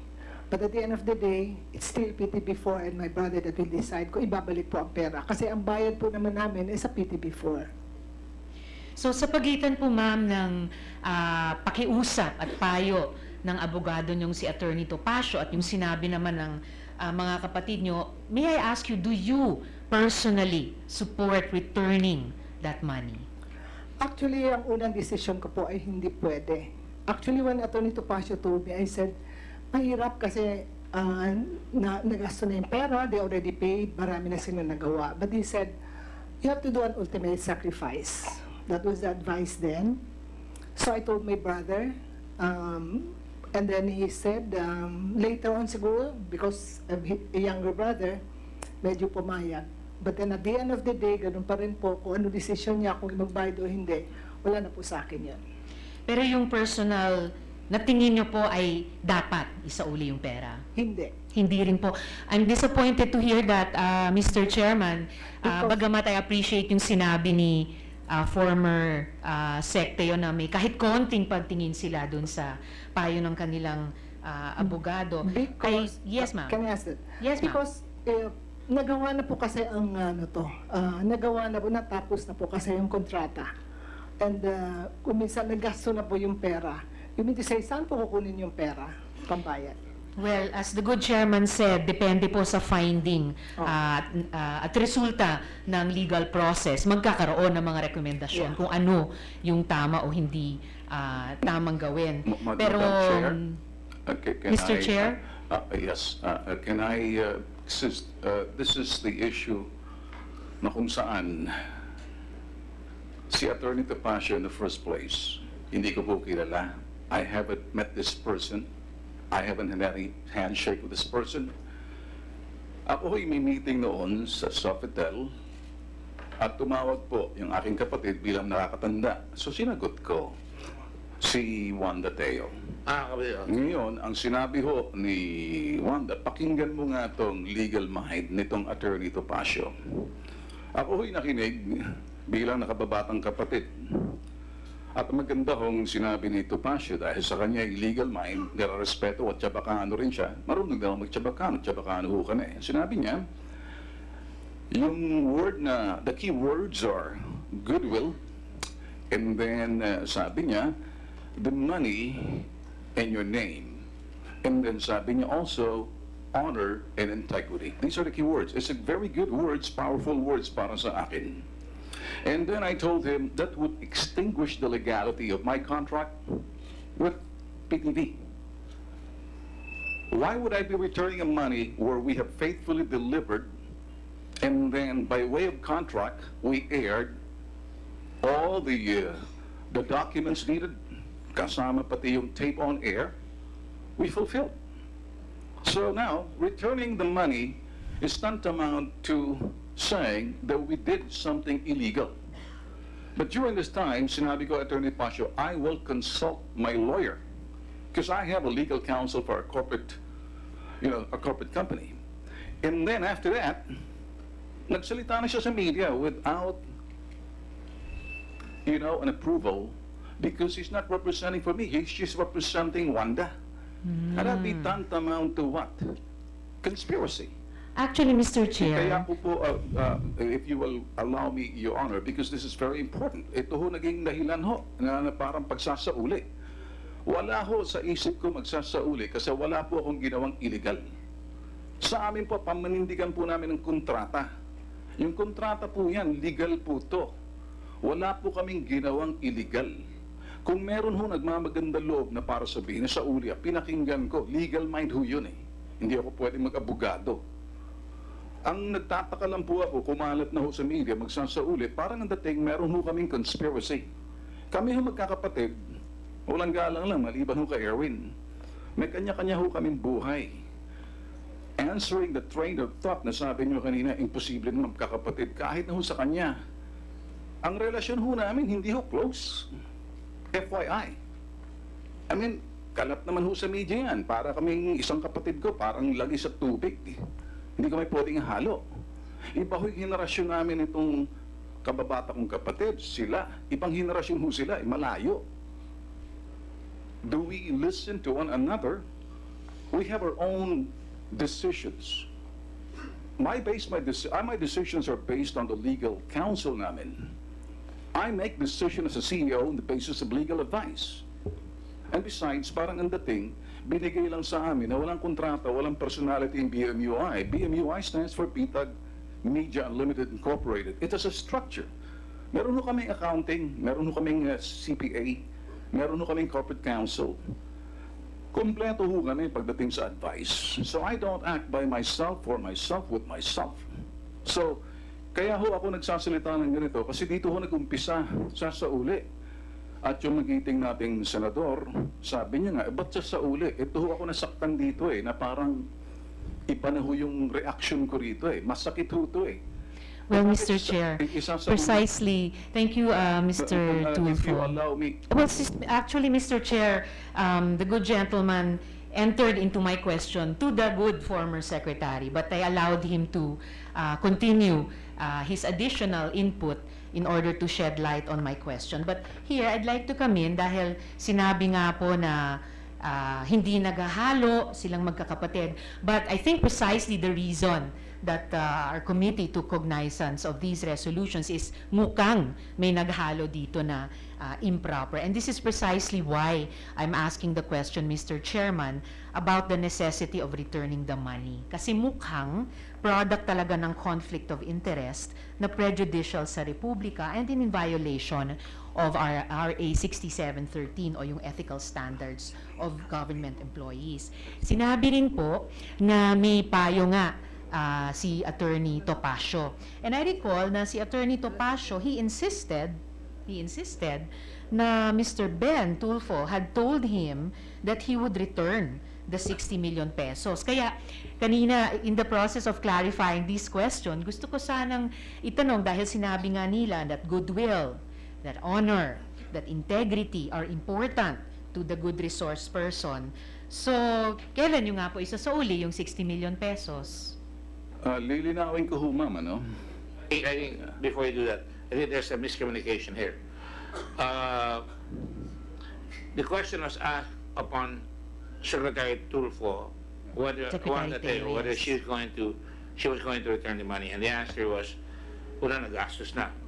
Pangalawa, sabi niya pumasok na ngayon si Ben Tulfo, nauna naman silang pinag-usapan na isasauli. Is that correct? Yes. Hindi mo kilala si Topacio? Hindi ko pa ho siya nakikita. Is Topacio your lawyer, Wanda? He was my lawyer before. I asked At the time he said that, Yeah. At the he was time your said- lawyer. Yeah.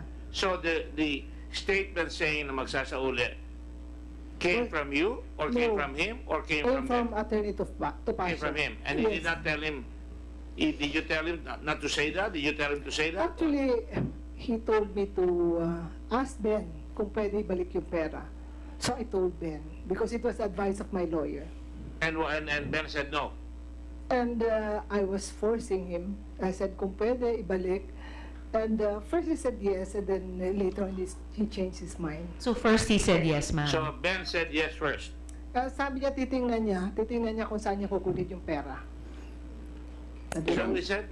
He said, titingnan niya kung saan niya kukunin ang pera because nagasto na kasi niya yung pera eh. Di ba? He paid for the people, ganun lahat.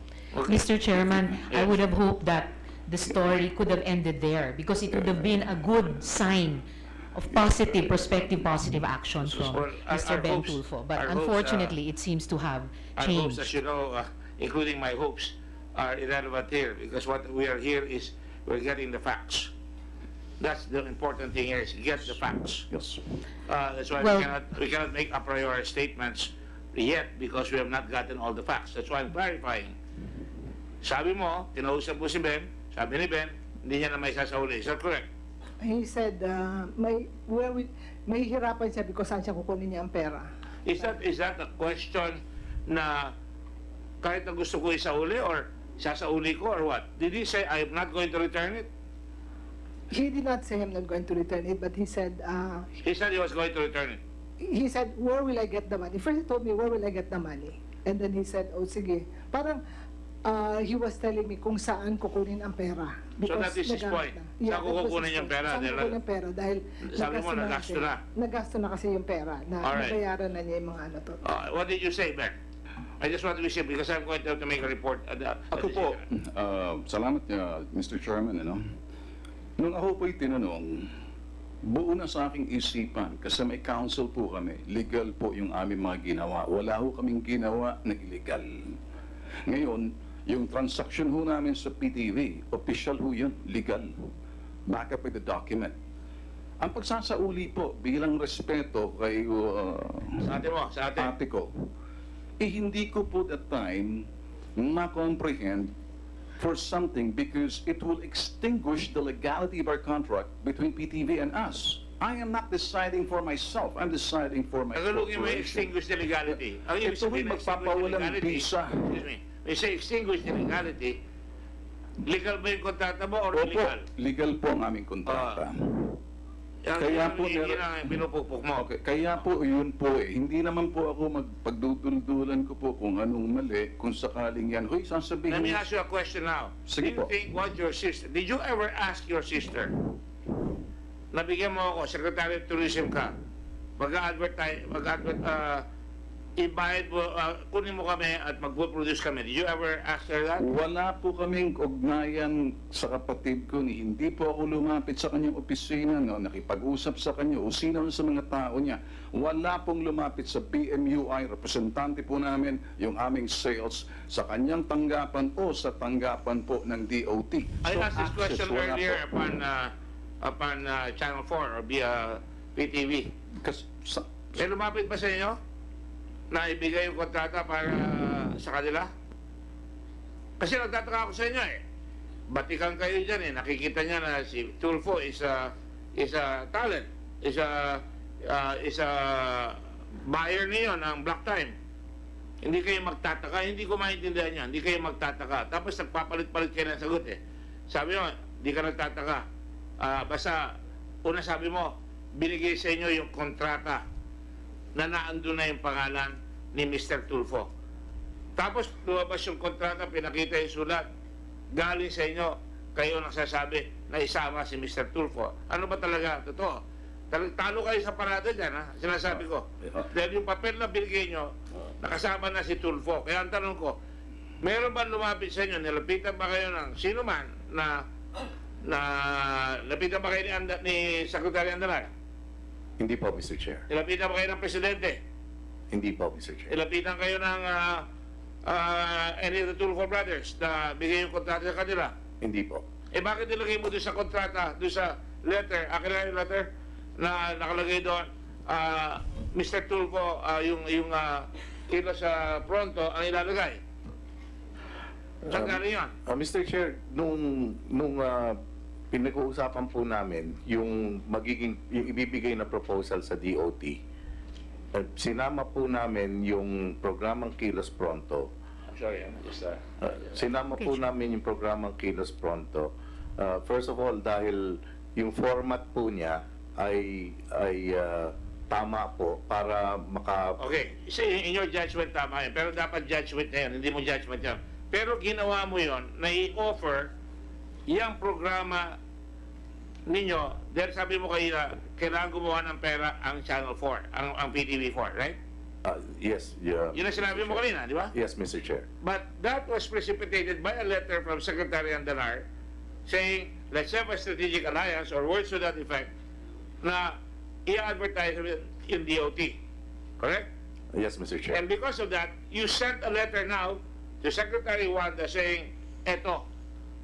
Ano ba yun? Yes, Mr. Chair, as a proposal. As a proposal. Pero nilagay mo doon yung program nila, Tulfo. Yes, it was Because you included. think that was just the best a proposal. Hindi kaya tinutukso mo, hindi na niya, alam mo, sa tingin ko parang gano'n eh. Parang bang, kunin mo na itong programa ito, anyway, makikinabaw yung kapatid mo dyan, parang gano'n. Even if you don't say that, lalabas gano'n. We'd never intended for it to be like that, Mr. Chair. Ang sa amin lang po is this is a proposal na pwede rin naman pong palitan or completely i-reject. But hindi pinalitan, di ba? Hindi po. Kaya, yesterday I talked with you. Ako, full disclosure ako rito. Hindi ako tinatago. I talked with you. Sabi ko, magsabi ko sa akin para malaman ko dahil wala akong kikilingan dito. Ako sa'yo, di ba? Yes, Mr. Chair. At maaari pa kayo mag-state witness. Di ba? Sinabi ko. Yes, Mr. Totoo Chair. ba ang sabihin nyo totoo, no? Pero ang sabi mo kahapon, kaya medyo natataas ako ng boses, sabi mo, ang nagpadala ng sulat ng kontrata ang DOT. Ngayon, sinabi ngayon ng DOT, ang sabi mo, kayo ang nagpadala ng sulat, at ito yung sulat, nakalagay dito, kasama na yung programa ni Mr. Tulfo, dated February 8. Can you give it to February 8? Di ba? Yes, Mr. Chair. Nabaliktad yung sinabi mo kahapon. Mr. Chair, ano po, kami po ang nagpadala ng proposal. Pero po yung initial draft nung kontrata ay in-email po from DOT to... Sino nag-email sa'yo nun? Your Honor, yung original draft nung contract came from DOT, Your Honor, nung March 18. DOT is a big place. There's a person Attorney who said Jen email. Olba po. Ha? Attorney Jen Olba. Jen Olba. Olba po, is legal of DOT. Is she here? I don't know. Do you know her?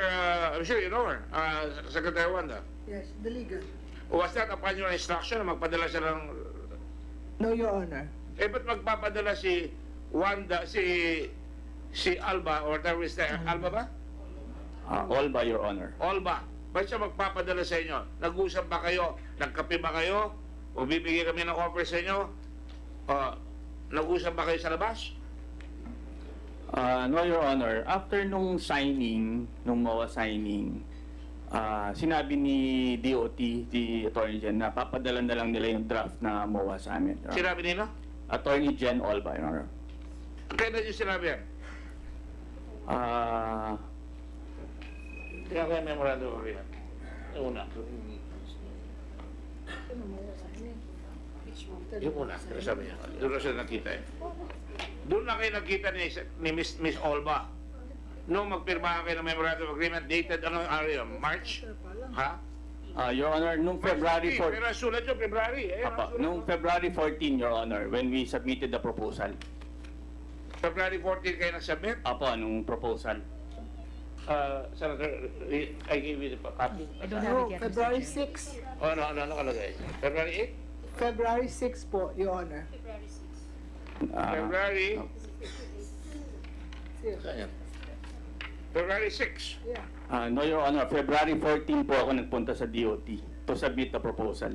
It is here. It's here. Ito, The letter speaks for itself. ito February 6, 20... February 6 lang po yung date, pero February 14 po ako nagpunta ng DOT. Eh, paano mauna yung proposal mo ng February 6? No, Your Honor. Ginawa ko yan February 6. Pero dinala ko sa DOT February 14, Your Honor. February 6 mo ginawa. Apo. Ikaw ang gumawa. Yes, Your Honor. Okay. I will follow your thought, ha? Yes, Your Ikaw Honor. na February 6, dumating ka na February 14. Pero February 6 pa lang, nilagay mo na rito, kilos pronto. Correct? Yes, Your Honor. So, dinala mo ngayon sa DOT February 14. Right? Yes, Your Honor. At tapos, pinadala ka na sulat ni Olba. Sabi niya, kung ano mapapadala sa'yo. Correct? Correct, Your Honor. At dahil dito sa sulat dito, nilagay ni Olba sa kontrata yung kilos pronto. That's correct, Your Honor. Ang madaling sabi, nag-initiate ang Channel 4. It was suggested, Your Honor, in the proposal na... By whom? I'm just saying, Your Honor, it's a proposal that we submitted to... No, just answer my question. You sent a letter, you wrote a letter February 6, dinala mo ng February 14, nakalagay na rito, February 6, a letter, February 14, dinala mo, ito yon. Nakalagay dyan, kasama na ang kilos pronto, correct? That's correct, Your Honor. Alright, dahil dyan, sabi sa'yo ni Olban ng DOT, papadala ka namin ng draft ng contract, correct? That's correct, Your Honor. At pinadala sa'yo yung contract, akin na yung contract, nakalagay na doon, kilos pronto. Yes, Your Honor. So, ang talagang nag-initiate ng idea na ilalagay yung kilos pronto ay yung letter mo ng February 6. That's correct, Your Honor. Oh, yeah. It's all very clear. But he kept saying, Mr. Chair, that it was suggested. Sino pong nagmungkahi ng kilos prontong ilalagay sa sulat na iyan? Sino nag-suggest sa'yo nun? No, Your Honor, it was our idea. Nobody suggested. I hear Sabi mo, a ito different thing suggested from eh. minute to minute, Mr. Chairman. Ha? Napaka-misteryoso. I heard something different earlier. Yeah, I think I heard some it of too. our colleagues here in the I agree with Blue that. Ribbon Committee We have- heard it was differently suggested. earlier. It was suggested. Don't dilly-dally. Huh? Don't be a willy-nilly here. I want to know Yes, Mr. kung may Chair, maybe we nag-suggest can sa'yo. check the Remember, ang tanong transcript. ko, nilapitan ba kayo ni Secretary Tulfo? Nilapitan ba kayo ng somebody from the Department of Tourism? Nilapitan ba kayo ng mga Tulfo brothers? O sino dyan? Wala. No, Your Honor, it was our decision to... So it is your decision. Yes, Your Honor. So wala nag-suggest sa inyo. Nobody, Your Ang Honor. sabi naman ng kasama mo dyan, ang sabi niya, in my view, pinakamagandang ilabas etong proposal natin dito sa Kilos Pronto dahil ito ang ugma dun sa target nila. Correct? That's correct, Your At Honor. nasagot ko sa kanya, hindi ikaw dapat ang magsabi doon. Ang magsabi doon, yung media buyer o yung DOT. Di ba? That's correct, Your Ang Honor. mga tweet, malinaw na malinaw sa akin, ang nag-suggest ito, nag-o-offer kayo ng proposal, lalagay ko yan dyan, kaya nga ang conclusion ko, baka naman tinutukso mo, kinikiliti mo ito, hindi nga kayo nag-usap, o ito, nakalagay ang pangalan ng programa ng kapatid mo, pirma mo na yan. Baka gano'n na nangyari. Hindi po, Your Honor. Hindi. Hindi po. Mr. Chair, maybe the committee could check, or rather our secretariat, could check the transcript because I really strongly remember something else was said earlier, that it was suggested to them, kaya po naipasok Whatever it was. So just for verification's sake, Mr. Chair. Sure, I can do Thank that. you, But, Mr. but Chair. whatever it is, she is under, I'm Opo. practicing my law here. Yes. He's under cross-examination. I'm not interpolating him anymore. I'm basing it on a document. I'm basing it on a statement. I asked him about the suggestion. Tinanong ko siya, walang suggestion, dinideny niya. I'm not trying to give anybody a pass here. I'm not in that business. Kung kayo may kasalanan, tatawain ko, kayo may kasalanan. Kaya nilabas ko, disclosure, nang kausapin ko kayo. Ano sabi ko? Wala akong sasantuin dito. Kung ako sa inyo, mag-state witness kayo, laban sa mga Tulfo kung totoo yan. Di ba sinabi ko sa inyo yan? Yes, Your Honor. Kaya nung dumating kayo rito, tinatanong ko kayo, ayan nangyari, o yan. Now remember, I don't have to be told about Article 183 about false testimony. Yan ang binubunggo ngayon ni Senator, narinig ko rin yung it was suggested, in fairness to Senator Risa. Kaya gusto ko malaman, Thank you, Mr. Chair. meron bang nag-suggest? Wala pong nag-suggest, Mr. Chair. Siguro po, Tinanong kita, tumawag ba ang Presidente? hindi po, siguro po, Presidente Duterte, ha? opo, siguro Hindi po, tumawag. hindi po, Ulitin ko ulit, tanong ko, tumawag ba si Secretary Andanay? hindi po, May tumawag bang hindi mo maintindihan? wala po, So, ang sinasabi niyo, walang nagsasuggest ngayon. wala po. What I meant po, Mr. Chair, was we suggested to DOT by way of the proposal. Ay, the evidence shows na kayo nga nag-suggest eh. Kaya nga, hinahabol ko siya dahil sabi niya, nagpunta ako doon. ng February 14, Valentine's Day pa ngayon eh. Ano, magbibigay ka na happy Yes, Your birthday Honor. kay Secretary Wanda, may asawa na yan. May picture pa nga kami, Your Honor. So in other words, pumunta siya doon, pero may letter ka na din-draft ng February 6. Yes, Your Honor. Okay, thank you. Thank you, Mr. Chair. At this point, the best thing I've heard so far ay yung sinabi po ni former Sec Teo na nung una, sinabi ni Mr. Ben Tulfo na oo, isa sa uli niya. At sayang hindi natapos doon yung decision-making process. Because after all, kahit may mga sinabi na tungkol sa legalidad, na legal ito, legal iyan, higit pang mataas sa legalidad ay yung etika. Kaya nga yung pamagat ng 6739, Ethical Standards of Government Employees. Kung ang isang alleged conflict of interest ay maaaring sabihing legal, pero ayon sa batas, hindi po yan ethical. At this point, before I go to my last question kay former Sec Teo, maitanong ko lang kay Sec Berna, yung pong 60 million, hahabulin po ba yan ng DOT? And if so, if the findings bear this out, ano yung mga administrative at o criminal actions na kinoconsider ng departamento? When I entered the Department of Tourism, this was already under the Ombudsman.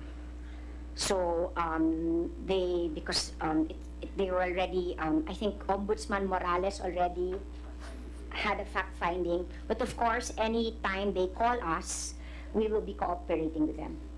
And also, ma'am, it's reported that, gaya rin ng nabanggit kanina, COA is currently reviewing a number of DOT projects. Bate po dun sa resulta ng COA review na yan, bukas ba kayo na mag-initiate ng proceedings against any persons whom COA may identify as responsible for improper projects of the department? Right now, there is the Buhay. Let me ask you a question. Do you have anything to say about the disallowances? Well, what I do is whenever I get a notice of disallowance, the That is what DOT she's asking. officials, There's a disallowance. Are you going Yes. to go after them? I have actually asked those who received the notice of disallowance to answer the COA. And what is your latest, if any, knowledge of disallowance in the COA, if any? The latest was dated June 6. June 6. June 6 for PTV4. And what does it say? From PTV4 or from COA? Okay, the AOM, the notice of disallowance was June 6. Wait, I'm sorry, June 8. June 8. June 8, and they wrote down, I think it was already flashed on, Mr. Chair, it was flashed on the screen, and they put the following persons have been determined to be liable for the transaction. And they mentioned the names of who were given the notice of disallowance. I have a copy of this given to me by my staff here. That's why I ask you. Yes. Galing sa COA kanina ito. Yeah. Senator? Thank you. No, I have a copy Yes, here. Mr. Chair. I just want to read it. No? On page 8 ba ito? Huh? No, this is the second page. Second page of a letter dated, notice of disallowance, dated June 5, 2018. Is this the same document? I have June 8, 2018. Ano ito? I'm sorry. Naipit pala. June 5 ito. There is a June 5, and they updated it to June 8. They just added. Okay. Yes. The updated is June 8, 2018. All right. In the June 5 disallowance for the Senator Risa, nakalagay dito on page 2, the following persons have been determined to be liable for the transaction under the principle of causing any undue injury to any party, including the government, or giving any private party or any unwarranted benefits, advantage, or preference in the discharge of his official, administrative, or judicial functions to manifest partiality, evident bad faith, or gross inexcusable negligence. This provision shall apply to officers and employees of offices or government corporations charged with the grant of licenses or permits or other concessions. All right? That means Channel 4, and that means DOT. Okay, the following persons have been determined to be liable for the transaction. People's Television Network, nakalagay dito, Advertising, Position Advertising and Media Agency, received payment payee advertising and media agency contracted by DOT to air their TV commercials. Honorable Wanda Tulfo-Teo, former DOT Secretary, signatory of the memorandum, head of procuring entity, Hope, approved by the BAC Resolution number 2017-043, dated February 17, 2017, recommending the alternative method of agency to agency. That was the recommendation of the BAC. No? And then Arlene V. Macau, Head Executive Assistant, Secretary, Faith-Based Tourism and Ecotourism. Raymond C. Sanchez, Chief of Staff, Head Executive Assistant. Benito Benson Jr., Catherine De Castro, Undersecretary. Maria Lourdes F. Hapson, Myra T. Santos, Milagros Ay, Verna Esmeralda Bensuceso, Maria Grace Marzan, Aida T. Soriano, Luz F. Falconaya, and apparently the proof of service has been given. What does this mean sa COA? Is this a notice of disallowance, formal disallowance, right? What does this mean? Para maintindihan ng mga tao na nanonood at nakikinig. Mr. Chairman, ini-issue po yung notice of disallowance pagka may mga irregular na transaction na tulad po nito. And then, the following persons have been determined to be liable for the transaction. Dito po, within 6 months, pwede po silang, kung nakikita po nilang hindi sila dapat na issuehan ng notice of meron po silang time, within 6 months na mag-a-appeal po sa amin sa COA, sa Commission Proper. Within how many months? 6 months po. 6 months pwede mag-appeal sila dito sa disallowance. Opo. So that is a process that is not... Process po yun. That is not finished. Under rules of procedures po namin. Malabas ito hanggang October, June, July, August, September, October, November. Opo. Yes. November. Yes. Yes, Your Honor. I just inform the good senator about this because yung process hindi pa tapos. Now, with this, ang feeling nyo disallowed because of the violation of the previous paragraph that I mentioned, correct? Yes, Your Honor. Now, I'll now go back to Secretary, with the permission again of our good senator. Can you give us the June 8? Ba't kayo nagkaroon pa ng June 8 disallowance? Your Honor, we issued another notice to amend the previous disallowance because we heard that when we served the first notice of disallowance, we only put PTNI or PTB without name. And when we heard na Mr. Dino Apolonio was not there anymore, so we issue another para ma-specify po si Mr. Dino Antonio Apolonio. Why, are you no longer with the PTV4? No, Mr. Chair, I'm still with PTV. Ha? I'm still with PTV, Mr. Still? Chair. Sabi niya, you're no longer there.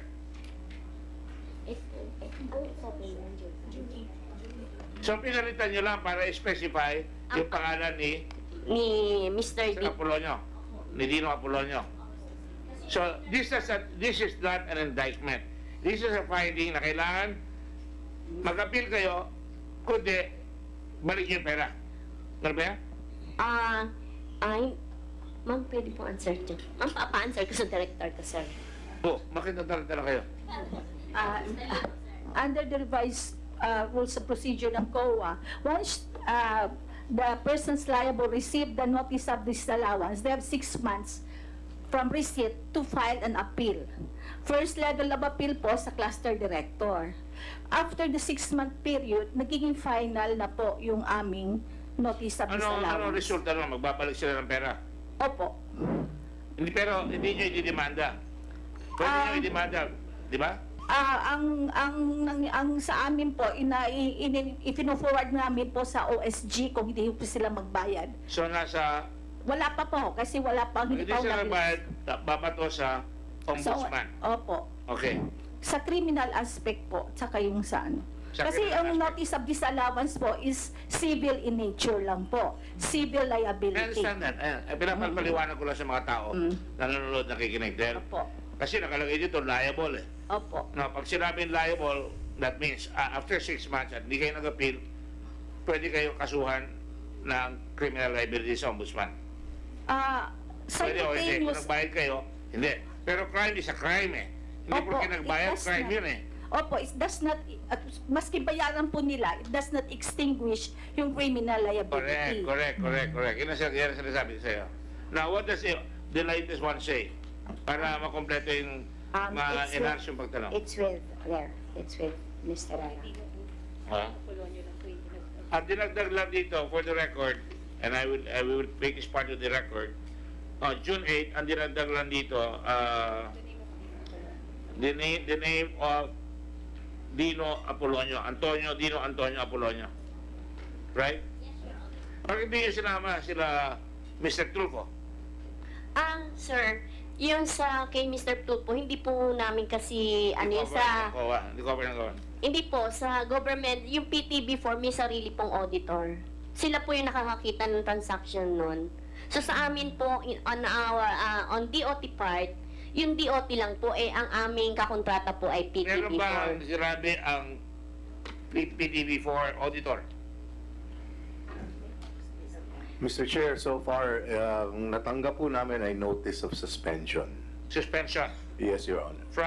From the auditor of the PTV4? Yes, Mr. Chair. Do you have a copy of that? We have a copy in the office po, Can Mr. you Chair. provide us with a copy? And we can ask it also of the director for Blue Ribbon, please get a copy of those suspension notices. So, gano'n rin ang dating nyo. Wala pa sa inyong liability. Sinasabi lang, wala pang disalawa. Suspension muna. Yes, Mr. That is Chair. the process. Suspension muna until hindi nyo mapaliwanag, napasok na disallowance na yan. Yes, Mr. Chair. Correct. Alright. So, having said that, lumalabas na talaga may finding na it would appear na may violation dito sa one. And that has already been proven here. So again, like I said, you go now, ang nangyayari yan, baka nag-aabang pa ang ombudsman dito. But depende na sa ombudsman niya kung papatulan nila itong Blue Ribbon hearing as the previous ombudsman pinatulan yung ibang hearings natin, nag-file sila. Alright? Go ahead, Senator. Thank you, Mr. Chair. So mukhang may tatlong action na umaandar ngayon, no? Yung notice of disallowance ng COA, yung notice of suspension mismo ng in-house auditor ng PTV4, and then itong ongoing Blue Ribbon Yung sa committee disallowance hearing. and suspension, that's process. Wala pang actual case that has blossomed into a case. No?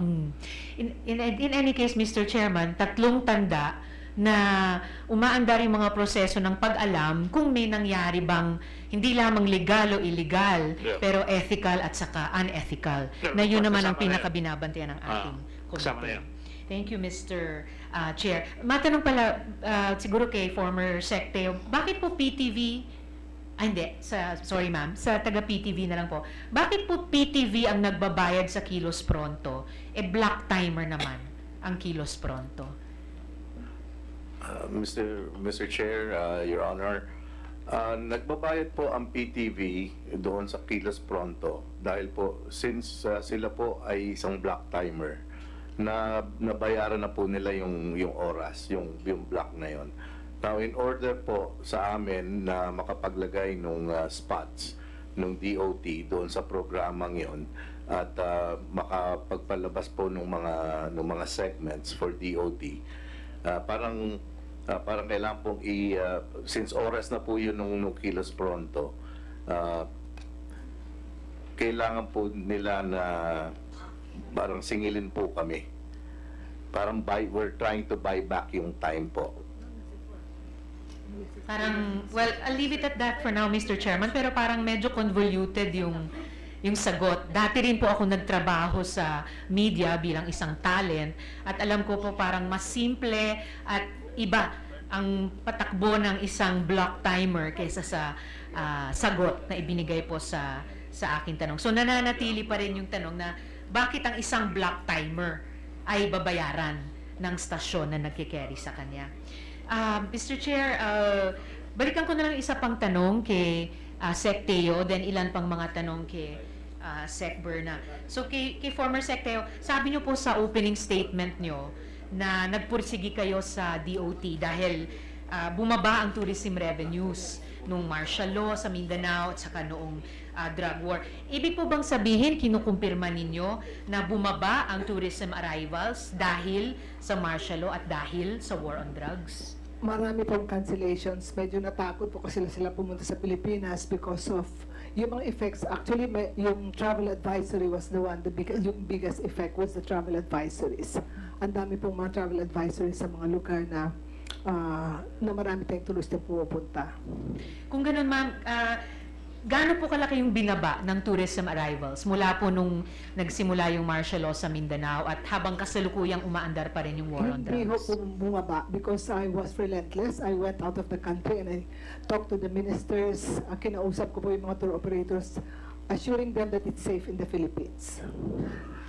Pero yung panahon na sinabi nyo bumaba yung tourism revenue, so I presume bumaba yung kumonte yung dami ng mga turistang dumating sa atin at bumaba yung revenues natin from tourism, direct and indirect industries doon. At that point na sinabi yung bumaba, by how much na bumaba? At bandang anong panahon nito, anong buwan nito? Yung during that time na yung Marawi Siege, medyo may mga cancellations po. And then yung Panglao, Bohol is a tourist destination. Nang nagkaroon po ng Panglao, there were cancellations doon sa Bohol. And yung mga ibang lugar. But we were able to ask them kung takot sila sa Bohol. We told them to go to Palawan. We told them to other destinations. Dinala po namin sila sa ibang destinations. Kaya hindi po ganun ka-apektado. Though there were cancellations, talagang to. Pwede nyo po bang bigyan ng ideya yung komite, yung magnitude ng pagbaba ng tourism arrivals dahil sa martial law, kasama na po yung Marawi, at dahil sa war on drugs na binanggit nyo rin nung opening statement nyo? Ang kuwang kasi, when I went out of the country, I started talking to these tour operators and I asked them to come here.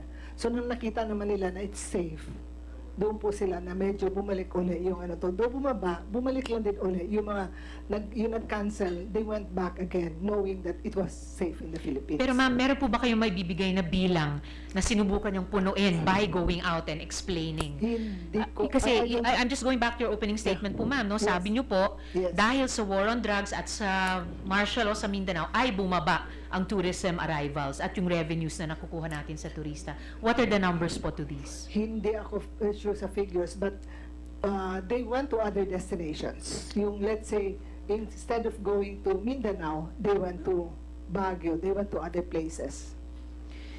Well, perhaps, Mr. Chairman, we can just request from the good former secretary We'll give you the figure. data to Yeah. back up yung sinabi nyo. I found it significant yung sinabi nyo sa opening statement nyo on the drop in tourism arrivals and revenues generated dahil sa martial law in Mindanao at saka dahil sa It would have to be war from on the new drugs. secretary. Yes, thank you, Mr. Chairman. The Secretary of Tourism, the current one, should give us the Yes. the analysis of the effect of martial law, if it indeed dropped. As far as I know, from my own sources, It has been it even increased. Yeah. grew. Di ba? It even grew, yes. It even grew. Yes, we can give Because that. I always maintain my connections with the department. That's why I Because said, I'm always concerned with the ebb and flow of tourism. that's why I said Thank they you, went Mr. to Chair. other destinations po. Instead of going to, let's say, Panglao in Cebu, they went to Palawan. So yung mga umalis dyan, bumalik lang din, and for a while, nagminto sila, but then they went back. Yun po. Thank you, I Mr. just Chair. have one question, if I may, Yes, Mr. Chair. to enhance your one. If Ben Tulfo is a block timer, the company is a block timer. A block timer gets a program, and I'm going to address this to the most eminent of all, the Secretary of POCC, PCOO. Ginagaya ko lang kayo, palagi kayo nagkakamali din sa mga warnings niya. Touché. So, kung block timer yung BUMI ba yan? BUMI nga.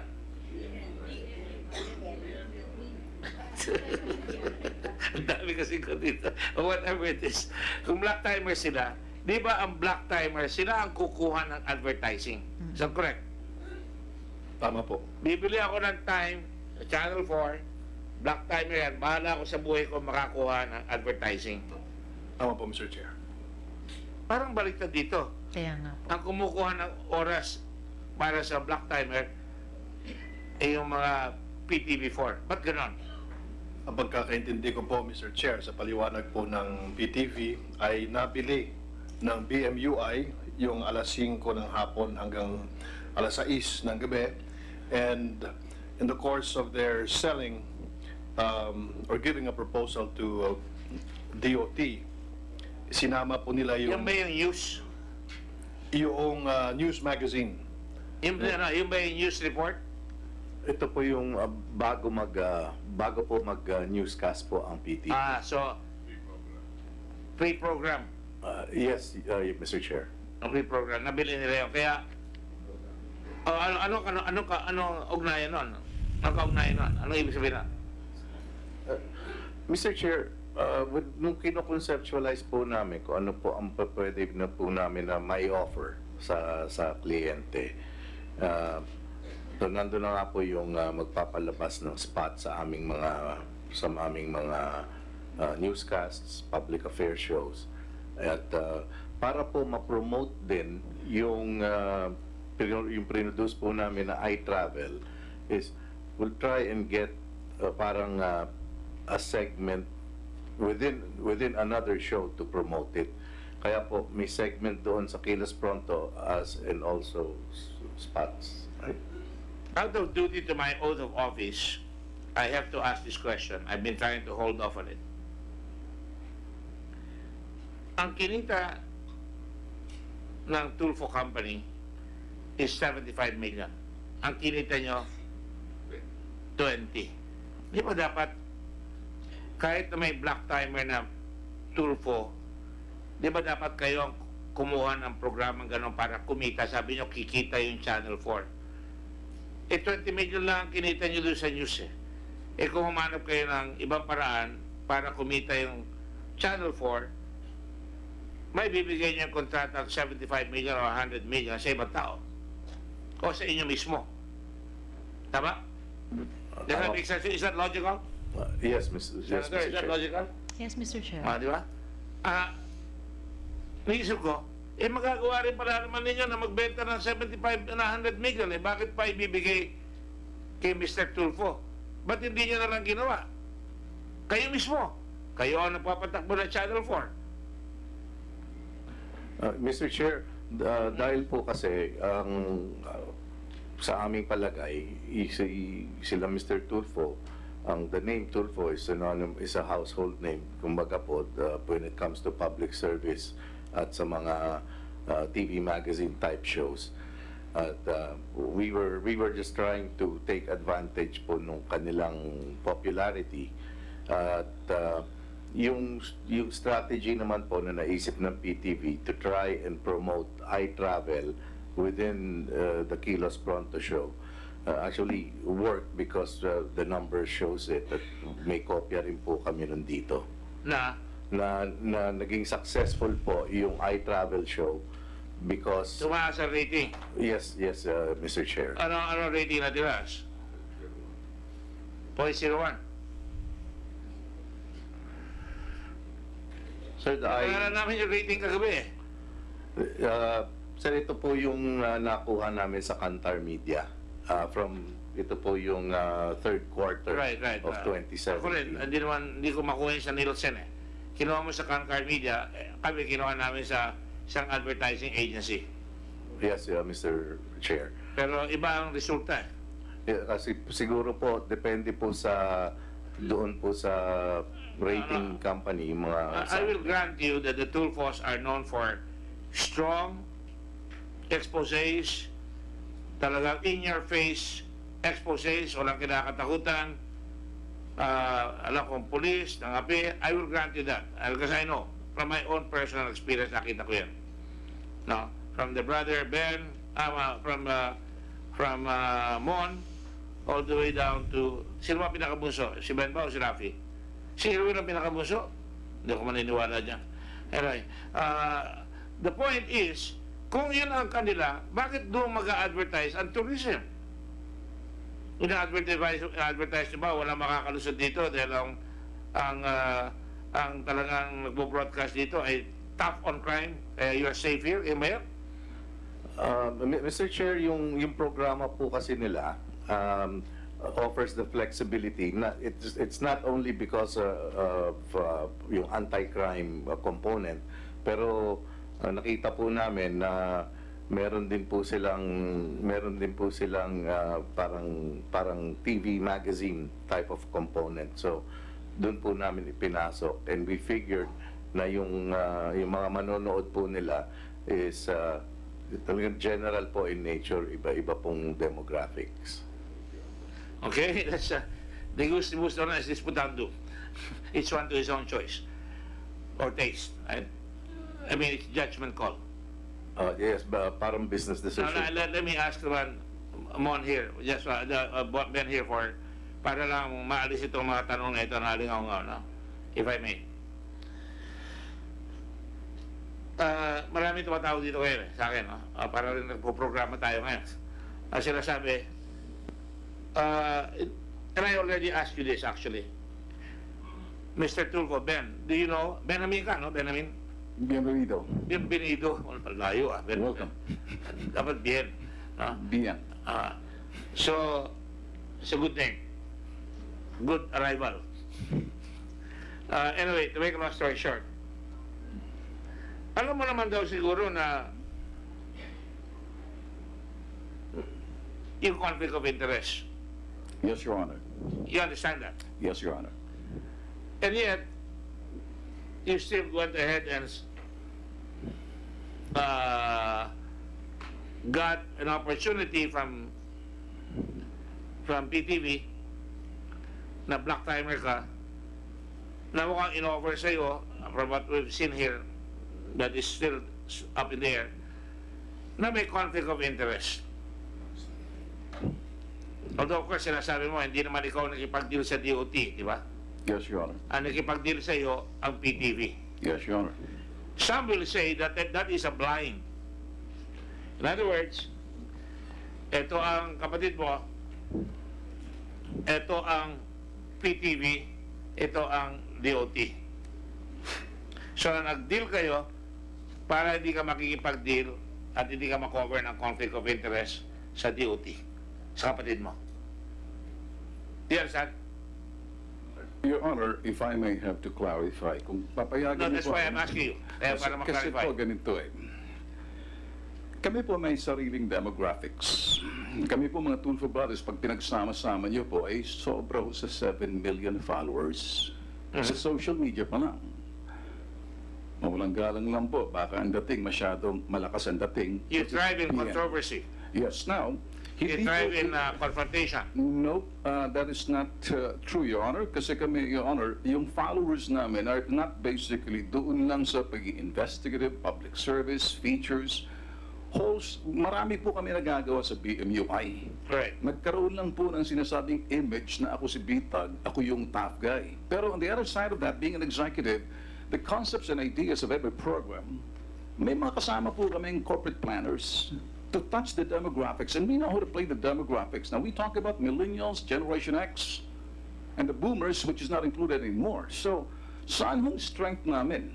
Now, kami, kung nilapitan ng PTV, at sabi, maglalagay kami sa program ninyo, hindi po sila basta-basta lalapit sa amin para yung kanilang cost versus return of investment. It has to be quantified. So, usapang CEO sa CEO na rin. I'm not coming in as a Ben Tulfo or any Tulfo Brothers staff guy kicking doors. I'm coming in as a businessman. I want to be look at that because sa amin po, meron po kaming corporate plan, research and development, products, and concept. Na-build na ho namin a long term, yun hong followers ho namin. May mga followers ho kami sa mga investigative. The question is, I'm even granting that to you. Yes. May followers kayo. Ang tanong ko is on conflict of interest. I'm sure you understand that. Yes, Your Honor. Naintindihan mo yan. Yes, Your Pero Honor. it went in a circuitous way. Kaya there is a blind, there is a way na nawala sa sight because hindi ka nakipag-deal sa kapatid mo, nakipag-deal ka sa PTV4 para hindi mahalo yung deal mo sa kapatid mo. Yun ang sinasabi. Okay. You have to disabuse the mind of everybody on that score. Magkaiba po yung truth and sincerity. I gotta be truthful. Truth and? Sincerity. May mga sincere ho sa sasabihin po truth nila. and perception. Perception. Sincerity ho. Sincere kasi sinasabi mo para ma-circumvent lang tinatawag following the thought, train of thought ni Senator Hontiveros, Your Honor. Yes, Mr. Chair, if I may just say that nahihirapan po ako sa ganitong mga hair-splitting about truth and sincerity. Ang katotohanan po, kahit ang sinseridad, nakabatay sa totoong nangyari. And that's what our committee is trying to find out. Ang totoo rito sa amin, wala po kaming ugnayan sa DOT. Kami po'y nilapitan. Yes, Mr. Chair. Kami po'y nilapitan ng PTV. Ang principal ho namin, karangalan ho namin na sila ho'y nagtitiwala sa amin na kami ho'y nakukonsidered as a brand. Ako ho'y nagtatrabaho noon sa TV5. Isa ho kami ng mga kumbaga personality for TV5. Well, I was already with PTV way back, panahon pa ho ni Pinoy. So ka pa sa PTV4 bago Channel 5? PTV5 ho ako, TV5 ho ako, and then I was there. You were there. I was there. Yes, we were together. You had a separate program. I had my program. Exactly, sir. Ako ho yung pumalit sa inyong programa, hinati ho namin. That's right. I remember that now. Okay, now, aside from that, kami ho sa Bitag ho is a show na nilagay ho namin doon sa kabila. Kaya nakilala po kami. Nung natigil na po yun, because of some financial constraint, quote-unquote, inilipat ho namin sa PTV way back in 2013. Nauna po pati yung US Cups. Now, ito ho yung brand. Tutusoy kita. Sabi mo kanina mag-Tagalog tayo kasi sige po. ang English mo di ko maintindihan eh. Saan ka ba lumaki? Dito po. Bakit medyo... Disjaki po kasi ako, marimit po namin kasama nung araw, mga Inglesero ho kasi. So, in the long term, I'm going to ask you another question regarding conflict of interest. Sige po. Nakalagay dito, yung pinirmahan nyo, can you give a copy to Senator Ross? People's Television Network, represented here by Dino Antonio. Bitag Media, represented here by Bienvenido T. Tulfo. Yes po. Doon sa whereas clause, whereas PTNI desires to purchase, desires to purchase a 6-minute segment by BOI and a 3-minute or 30-second spot placements within the program as agreed upon in the memorandum agreement executed between PTNI and the Department of Tourism. So kontrata pa lang na pinirma mo, alam mo na PTNI and DOT have a contract, and alam mo na ang Secretary of Tourism ay kapatid mo. Can you explain that to me? Okay. As long sa akin po, wala po kaming ugnayan sa kapatid kong katabi ko ngayon si Wasteful. Hindi po ako kumatok sa kanilang pintuan, humingi ng pabor, humingi ng advertisement o commercial. Hindi po ako pumunta sa kanilang tanggapan, hindi ko alam kung saan po ang DOT. Ang pagkalam ko ang DOT sa lumang Luneta. Pangalawa ho, wala ho sa aming marketing, kasi may mga marketing staff ho kami rito sa ginagawa ho namin, na meron ho talaga nagsaservice sa mga advertising agencies, hindi lang po dyan sa mga direct account, commercial account. Ngayon, dito po, wala hong iningka na pumunta ho sa tanggapan ni Mrs. Teo. So ngayon po, yun hong aking sinasabing, bakit kami magkakaroon ng interest? Kaninong interest yung pinag-uusapan?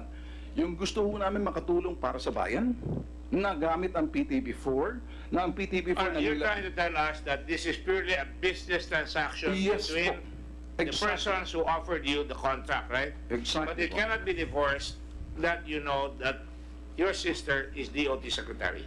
At saka, Mr. Chairman, that is what you want to totoo po yun. At saka, Mr. Chairman, tungkol sa business transaction na ito, sinabi rin po ni Mr. Apolonio, it was a business decision. Yes. Mukhang yung sa business decision na iyon, nalugi ang PTV4 kumpara sa kabilang party. Yes, Mr. Chair, because remember, even the in-house auditor of PTV4, later ang COA, and now our Blue Ribbon, are looking into the wisdom of that business decision, the propriety, the ethical strength, not just the legal legs on which it stands, pero kung ganong ka-ethical ba o hindi, na mayroong ganyang klaseng business decision sa ganyang klaseng business transaction sa pagitan ng tatlong entity na yung dalawa ay magkakamag-anak ang pinuno. Besides, I just want to point this out. I have to I have to ask these questions because it's fair. Ang katapat ng programa nyo is TV Patrol at saka 24 oras. Hindi na po, Your Honor, kasi kami ho bumaba para maging pre-programming ho ng news ng PTV. Ang branding ho na gustong makamit ho ng PTV ay to be one of the, kumbaga, What do you news. bumaba? 7 to 8? Bumaba po kami sa 7 to 8 para kami ho lumakka kasi yun hong PTV, yung sa aming programa ho sa Bitag, ito ay sa Kilos Pronto under Bitag Media Unlimited Incorporated. May mga pagkakataon na kami po'y tatawag sa mga kinaukulan, sa mga opisina. Pag sa alas 7 na wala na pong pwede makontak. So, naisip po namin at humingi po kami ng permiso sa PTV kasi mas magandang para tumibay po yung kanilang newscast. May Tulfo factor na ho rito. Ngayon ho, ang ginawa po namin, bumabaho kami ng 5 to 6. Para nang sa ganun po, tumibay ho yung newscast, kami ho yung mauuna.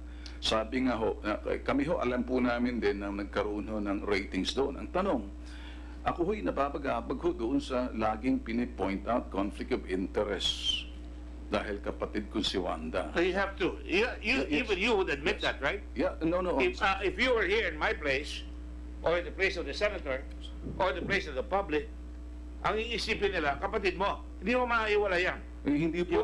You are part of that, whether you like it or not. That is why we have to explain here clearly na wala kayong ugnayan dyan. But still, like I said, dura lex sed lex yan. It is exceedingly hard, but so the law is written. Yung conflict of interest, hindi nyo ma-avoid.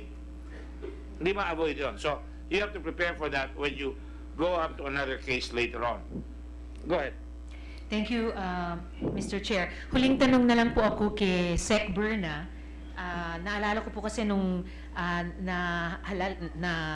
atas kayong Secretary of Tourism, inulat noon ng media na dismayado kayo about the level of the corruption at the department. So napag-uusapan natin itong particular na tinatanong na kontrata. You had also said that public funds were used to fund events and fashion shows abroad.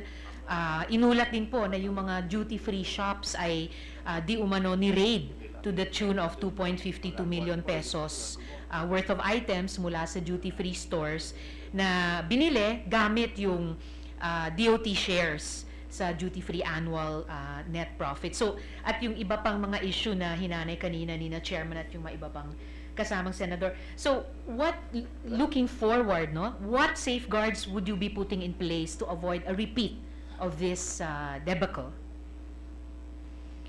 Before we came into office, there were, with the recommendation of the COA, there were no existing guidelines on financial sponsorships. So with the Department of Tourism, we already put a limit of 1 million only, and we specified what events can be sponsored, tourism-related events. And we were told not to include any more fashion shows and beauty pageants. And then that's only good for 3 years. So for example, somebody asks for financial sponsorship, for example, we give them 1 million this year. Next year, it's going to be 500,000, and then the following year, 250,000. And the same goes for TPB. We are still waiting. We will be having guidelines on what can be considered as financial sponsorships. With regard to duty-free, we already, the board already agreed that there are no more gate passes, so that nobody can go and just get any, not even me, can withdraw any of the goods. So there are no more gate passes. Thank you, Mr. Chair. And with the committee, I look forward to the department being able to put into place or setting up those safeguards and making them effective to guard the people's money at saka para isulong yung mga polisiya ng department. Yes, Mr. Chair. Yes, Mr. Chair. We also are in close contact with the Commission on Audit because we want to strengthen our internal audit system because we discovered that there is actually none. So they are working with us so that the money of the DOT is safeguarded. Salamat, Mr. Chairman. Thank you. Thank you. Yes, Mr. Chair. Just a last point. So, nakikiisa ako sa komite natin. Mukha talagang kailangan ng matinding safeguards para hindi na po ito maulit.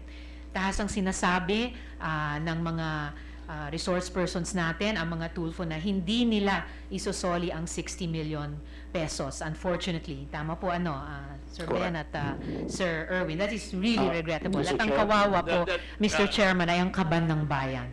That would be their own lookout because they would have to face cases. And from their point of view, to be fair. Mr. Chair? Yes. Thank you, Mr. Chairman. Can I interview? Yeah, but go ahead. Sige. Gusto ko lang pong i-correct si Senator Ontiveros. Ma'am, wala akong sinabi na hindi ko siya isusoli, hindi po kakasama. Medyo na-late ho kasi kayo kanina. Sabi ko, I am not part of Bitag Media Unlimited. I'm not a producer. I am not a regular employee. So, wala ho akong kinalaman, talent po ako. Besides, yung sinasabi, I don't know where you got that statement na hindi ko susoli.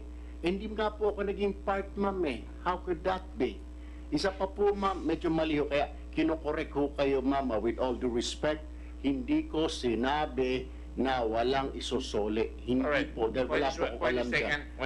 I'm glad to hear that, Mr. Chairman. Kung mababalikan yung isang unang sinabi ni Mr. Ben kay former Secretary Teo na ibabalik, at kung magbubunga yung sinasabi ngayon ni Mr. Erwin na hindi niya sinasabing hindi ibabalik. At hindi po tayo debate sa legalities na kasama ba siya o hindi. Dahil precisely, ang tinatanong po ng chair para sa buong komite ay yung usapin ng conflict of interest. Kung saan hinihingi sana na sa lahat ng chair, lahat ng resource persons na magkakamag-anak ay to do the right thing. And sana hindi maiwan sa hindi lamang isosoli ng mga Tulfo ang pera. Salamat po, Mr. Chair. Mr. Chair, Mr. Chair, can I clarify this? Just wait.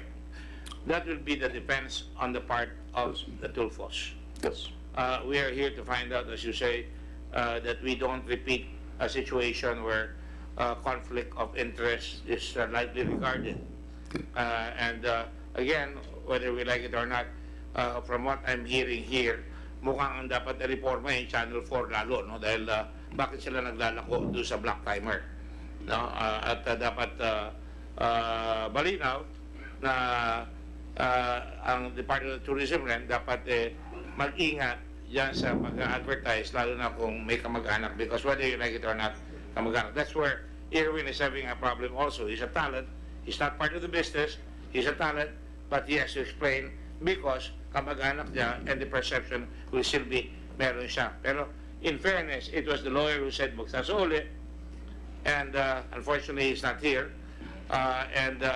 I think there's been enough said by Mr. Tulfo na right now he stands by his ground na hindi siya magsasauli because he feels that he has done nothing wrong. That is up to him. It's a free country. He would have to face the music when it goes to the proper tribunal. Yes, Mr. Chair, let me just state the fact. Ito ho, wala pong conflict of interest po kung tanong niyo sa amin. Kasi una sa lahat, wala ho kaming kontrata sa DOT. Well, ang sa akin lang po, ang sagot ko lang po. Ben, we're going to open here at 3 o'clock and the tables have to be arranged, and I'm sure, have you had your lunch? I have not had my lunch. I haven't. Okay, welcome to the club. Anyway, the point here is, what has been stated here, like I said, your conflict of interest definition would have to be elucidated, will have to be enhanced when you go wherever this case is going. There's no point in arguing about whether there was conflict of interest or not. I will just go by the facts. Clarification, Your Honor. Sure. Yun hong pinakita nyo kanina na yun hong May 6 to August 14 to 2018 PTV program ratings, yung kilos pronto nasa kulelat. Wala hong kilos pronto ng Abril pa. So, paano ho kami mapapasama ho roon kung sa akin, kung sa kilo? You're probably right. Yes, wala po kami roon. If that is true, then whoever gave us the information did not give us the full information. I'm glad you said that. Exactly, Your Honor. Importante po kasi kami ho'y parang lumabas, hindi po effective yung aming programa. Yeah, but if you look at, that's why, see, when I said that last night, hindi ako sigurado dyan. Yes. And my staff can tell you that, no? Yes. I said, get me the time when they were advertising. Yes. And I got that, and I said that here. Yes. Because I wasn't sure about what they were saying. Nakikinig po kasi, yung mga tumatangkila po sa amin, parang ang dating po niyan, walang effect yung kilos pronto sa dami po, sa milyones pong sumusubaybay. Hindi lang po sa TV, kundi sa social media, sa YouTube, na shinare ho namin, ganoon din sa aming new media, multimedia ho kami. So, nakita ko rin ba, US Cups, tagal na ho na, wala ang US Cups, production ho namin yan eh. So, nasa kulelat, talagang nasa kulelat kasi wala nang nanonood noon dahil wala nang programa. Wala programa. Wala nang programa, sir. That's why, in fairness, to me and to you, yes, sir. I wasn't sure of the facts because it doesn't apply. It covered the time. That was the only thing that we got last night. And I said, give me the facts as it was at the time it was showing. So if there is a mistake, it is my fault because I did not check kung may programa pa kayo noon. Because dapat alam ko na dahil kinansel nga maybe that's the reason, I don't know. But I did get the actual time period. Isang clarification pa ulit, Your Honor. Yung sinabi ni Senator Hontiveros to do the right thing, kami ho, we do the right thing. That was your sister who said that. Kami sa aming sa Bitag sa BMUI, Bitag Multimedia Unlimited, ganun ho ang aming standard eh. Integrity, honor, transparency, honesty. So hindi ko po maintindihan kung anong siningit ni Senator Hontiveros na para sabihin, do the right thing. Parang may mali ang ginawa namin. So that is her opinion. Okay. And she's entitled as a senator to voice that opinion, and that's why you have the right to say what is on your mind. And on that note, I will close it. All right. Thank you. We are going to have a hearing on the Montano case, and I will just get the documents. I think I've heard enough insofar as this is concerned. I have a dozen other cases, what seems like a dozen because these are big cases, like Tech Mahindra, like the issue on health, the barangay health stations, and dami pa. So I'm not asking for sympathy here, but I think I've heard enough, and I'm going to ask for the committee to join me in submitting a report on this issue. But Mr. Montano still has to answer, and Secretary Tulfo still has to answer on the allegations against you on duty-free. And in fairness, I also told Senator Trillanes that he came to me, and he said he's satisfied with the way we conducted it, and he asked me if I'm going to bring Montano as well as DFP, and I'm just saying that and reiterating it so that everybody is properly informed. Having said Mr. Chair, Duty Free is here, Vico Montano, Vico Angala of CEO of Duty Free. Yeah, but we will handle that in the next hearing because aabutan na tayo ng ni Senate President Tito Soto at magbabayad ako ng overtime. Hindi naman ako black timer dito eh. All right. I would like to thank everybody. I think we had a good hearing insofar as civility is concerned. There are emotions, and obviously we were able to at least be able to vent and at the same time do so as a nation of Filipinos who can disagree but remain friends. So it is my hope that we can continue with the hearing on a more successful. Thank you, COA. Thank you, Yusek Castro. Thank you, Secretary Romulo.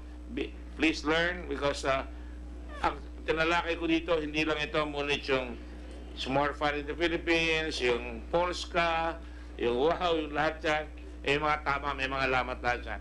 And PTV4, I know you're losing money.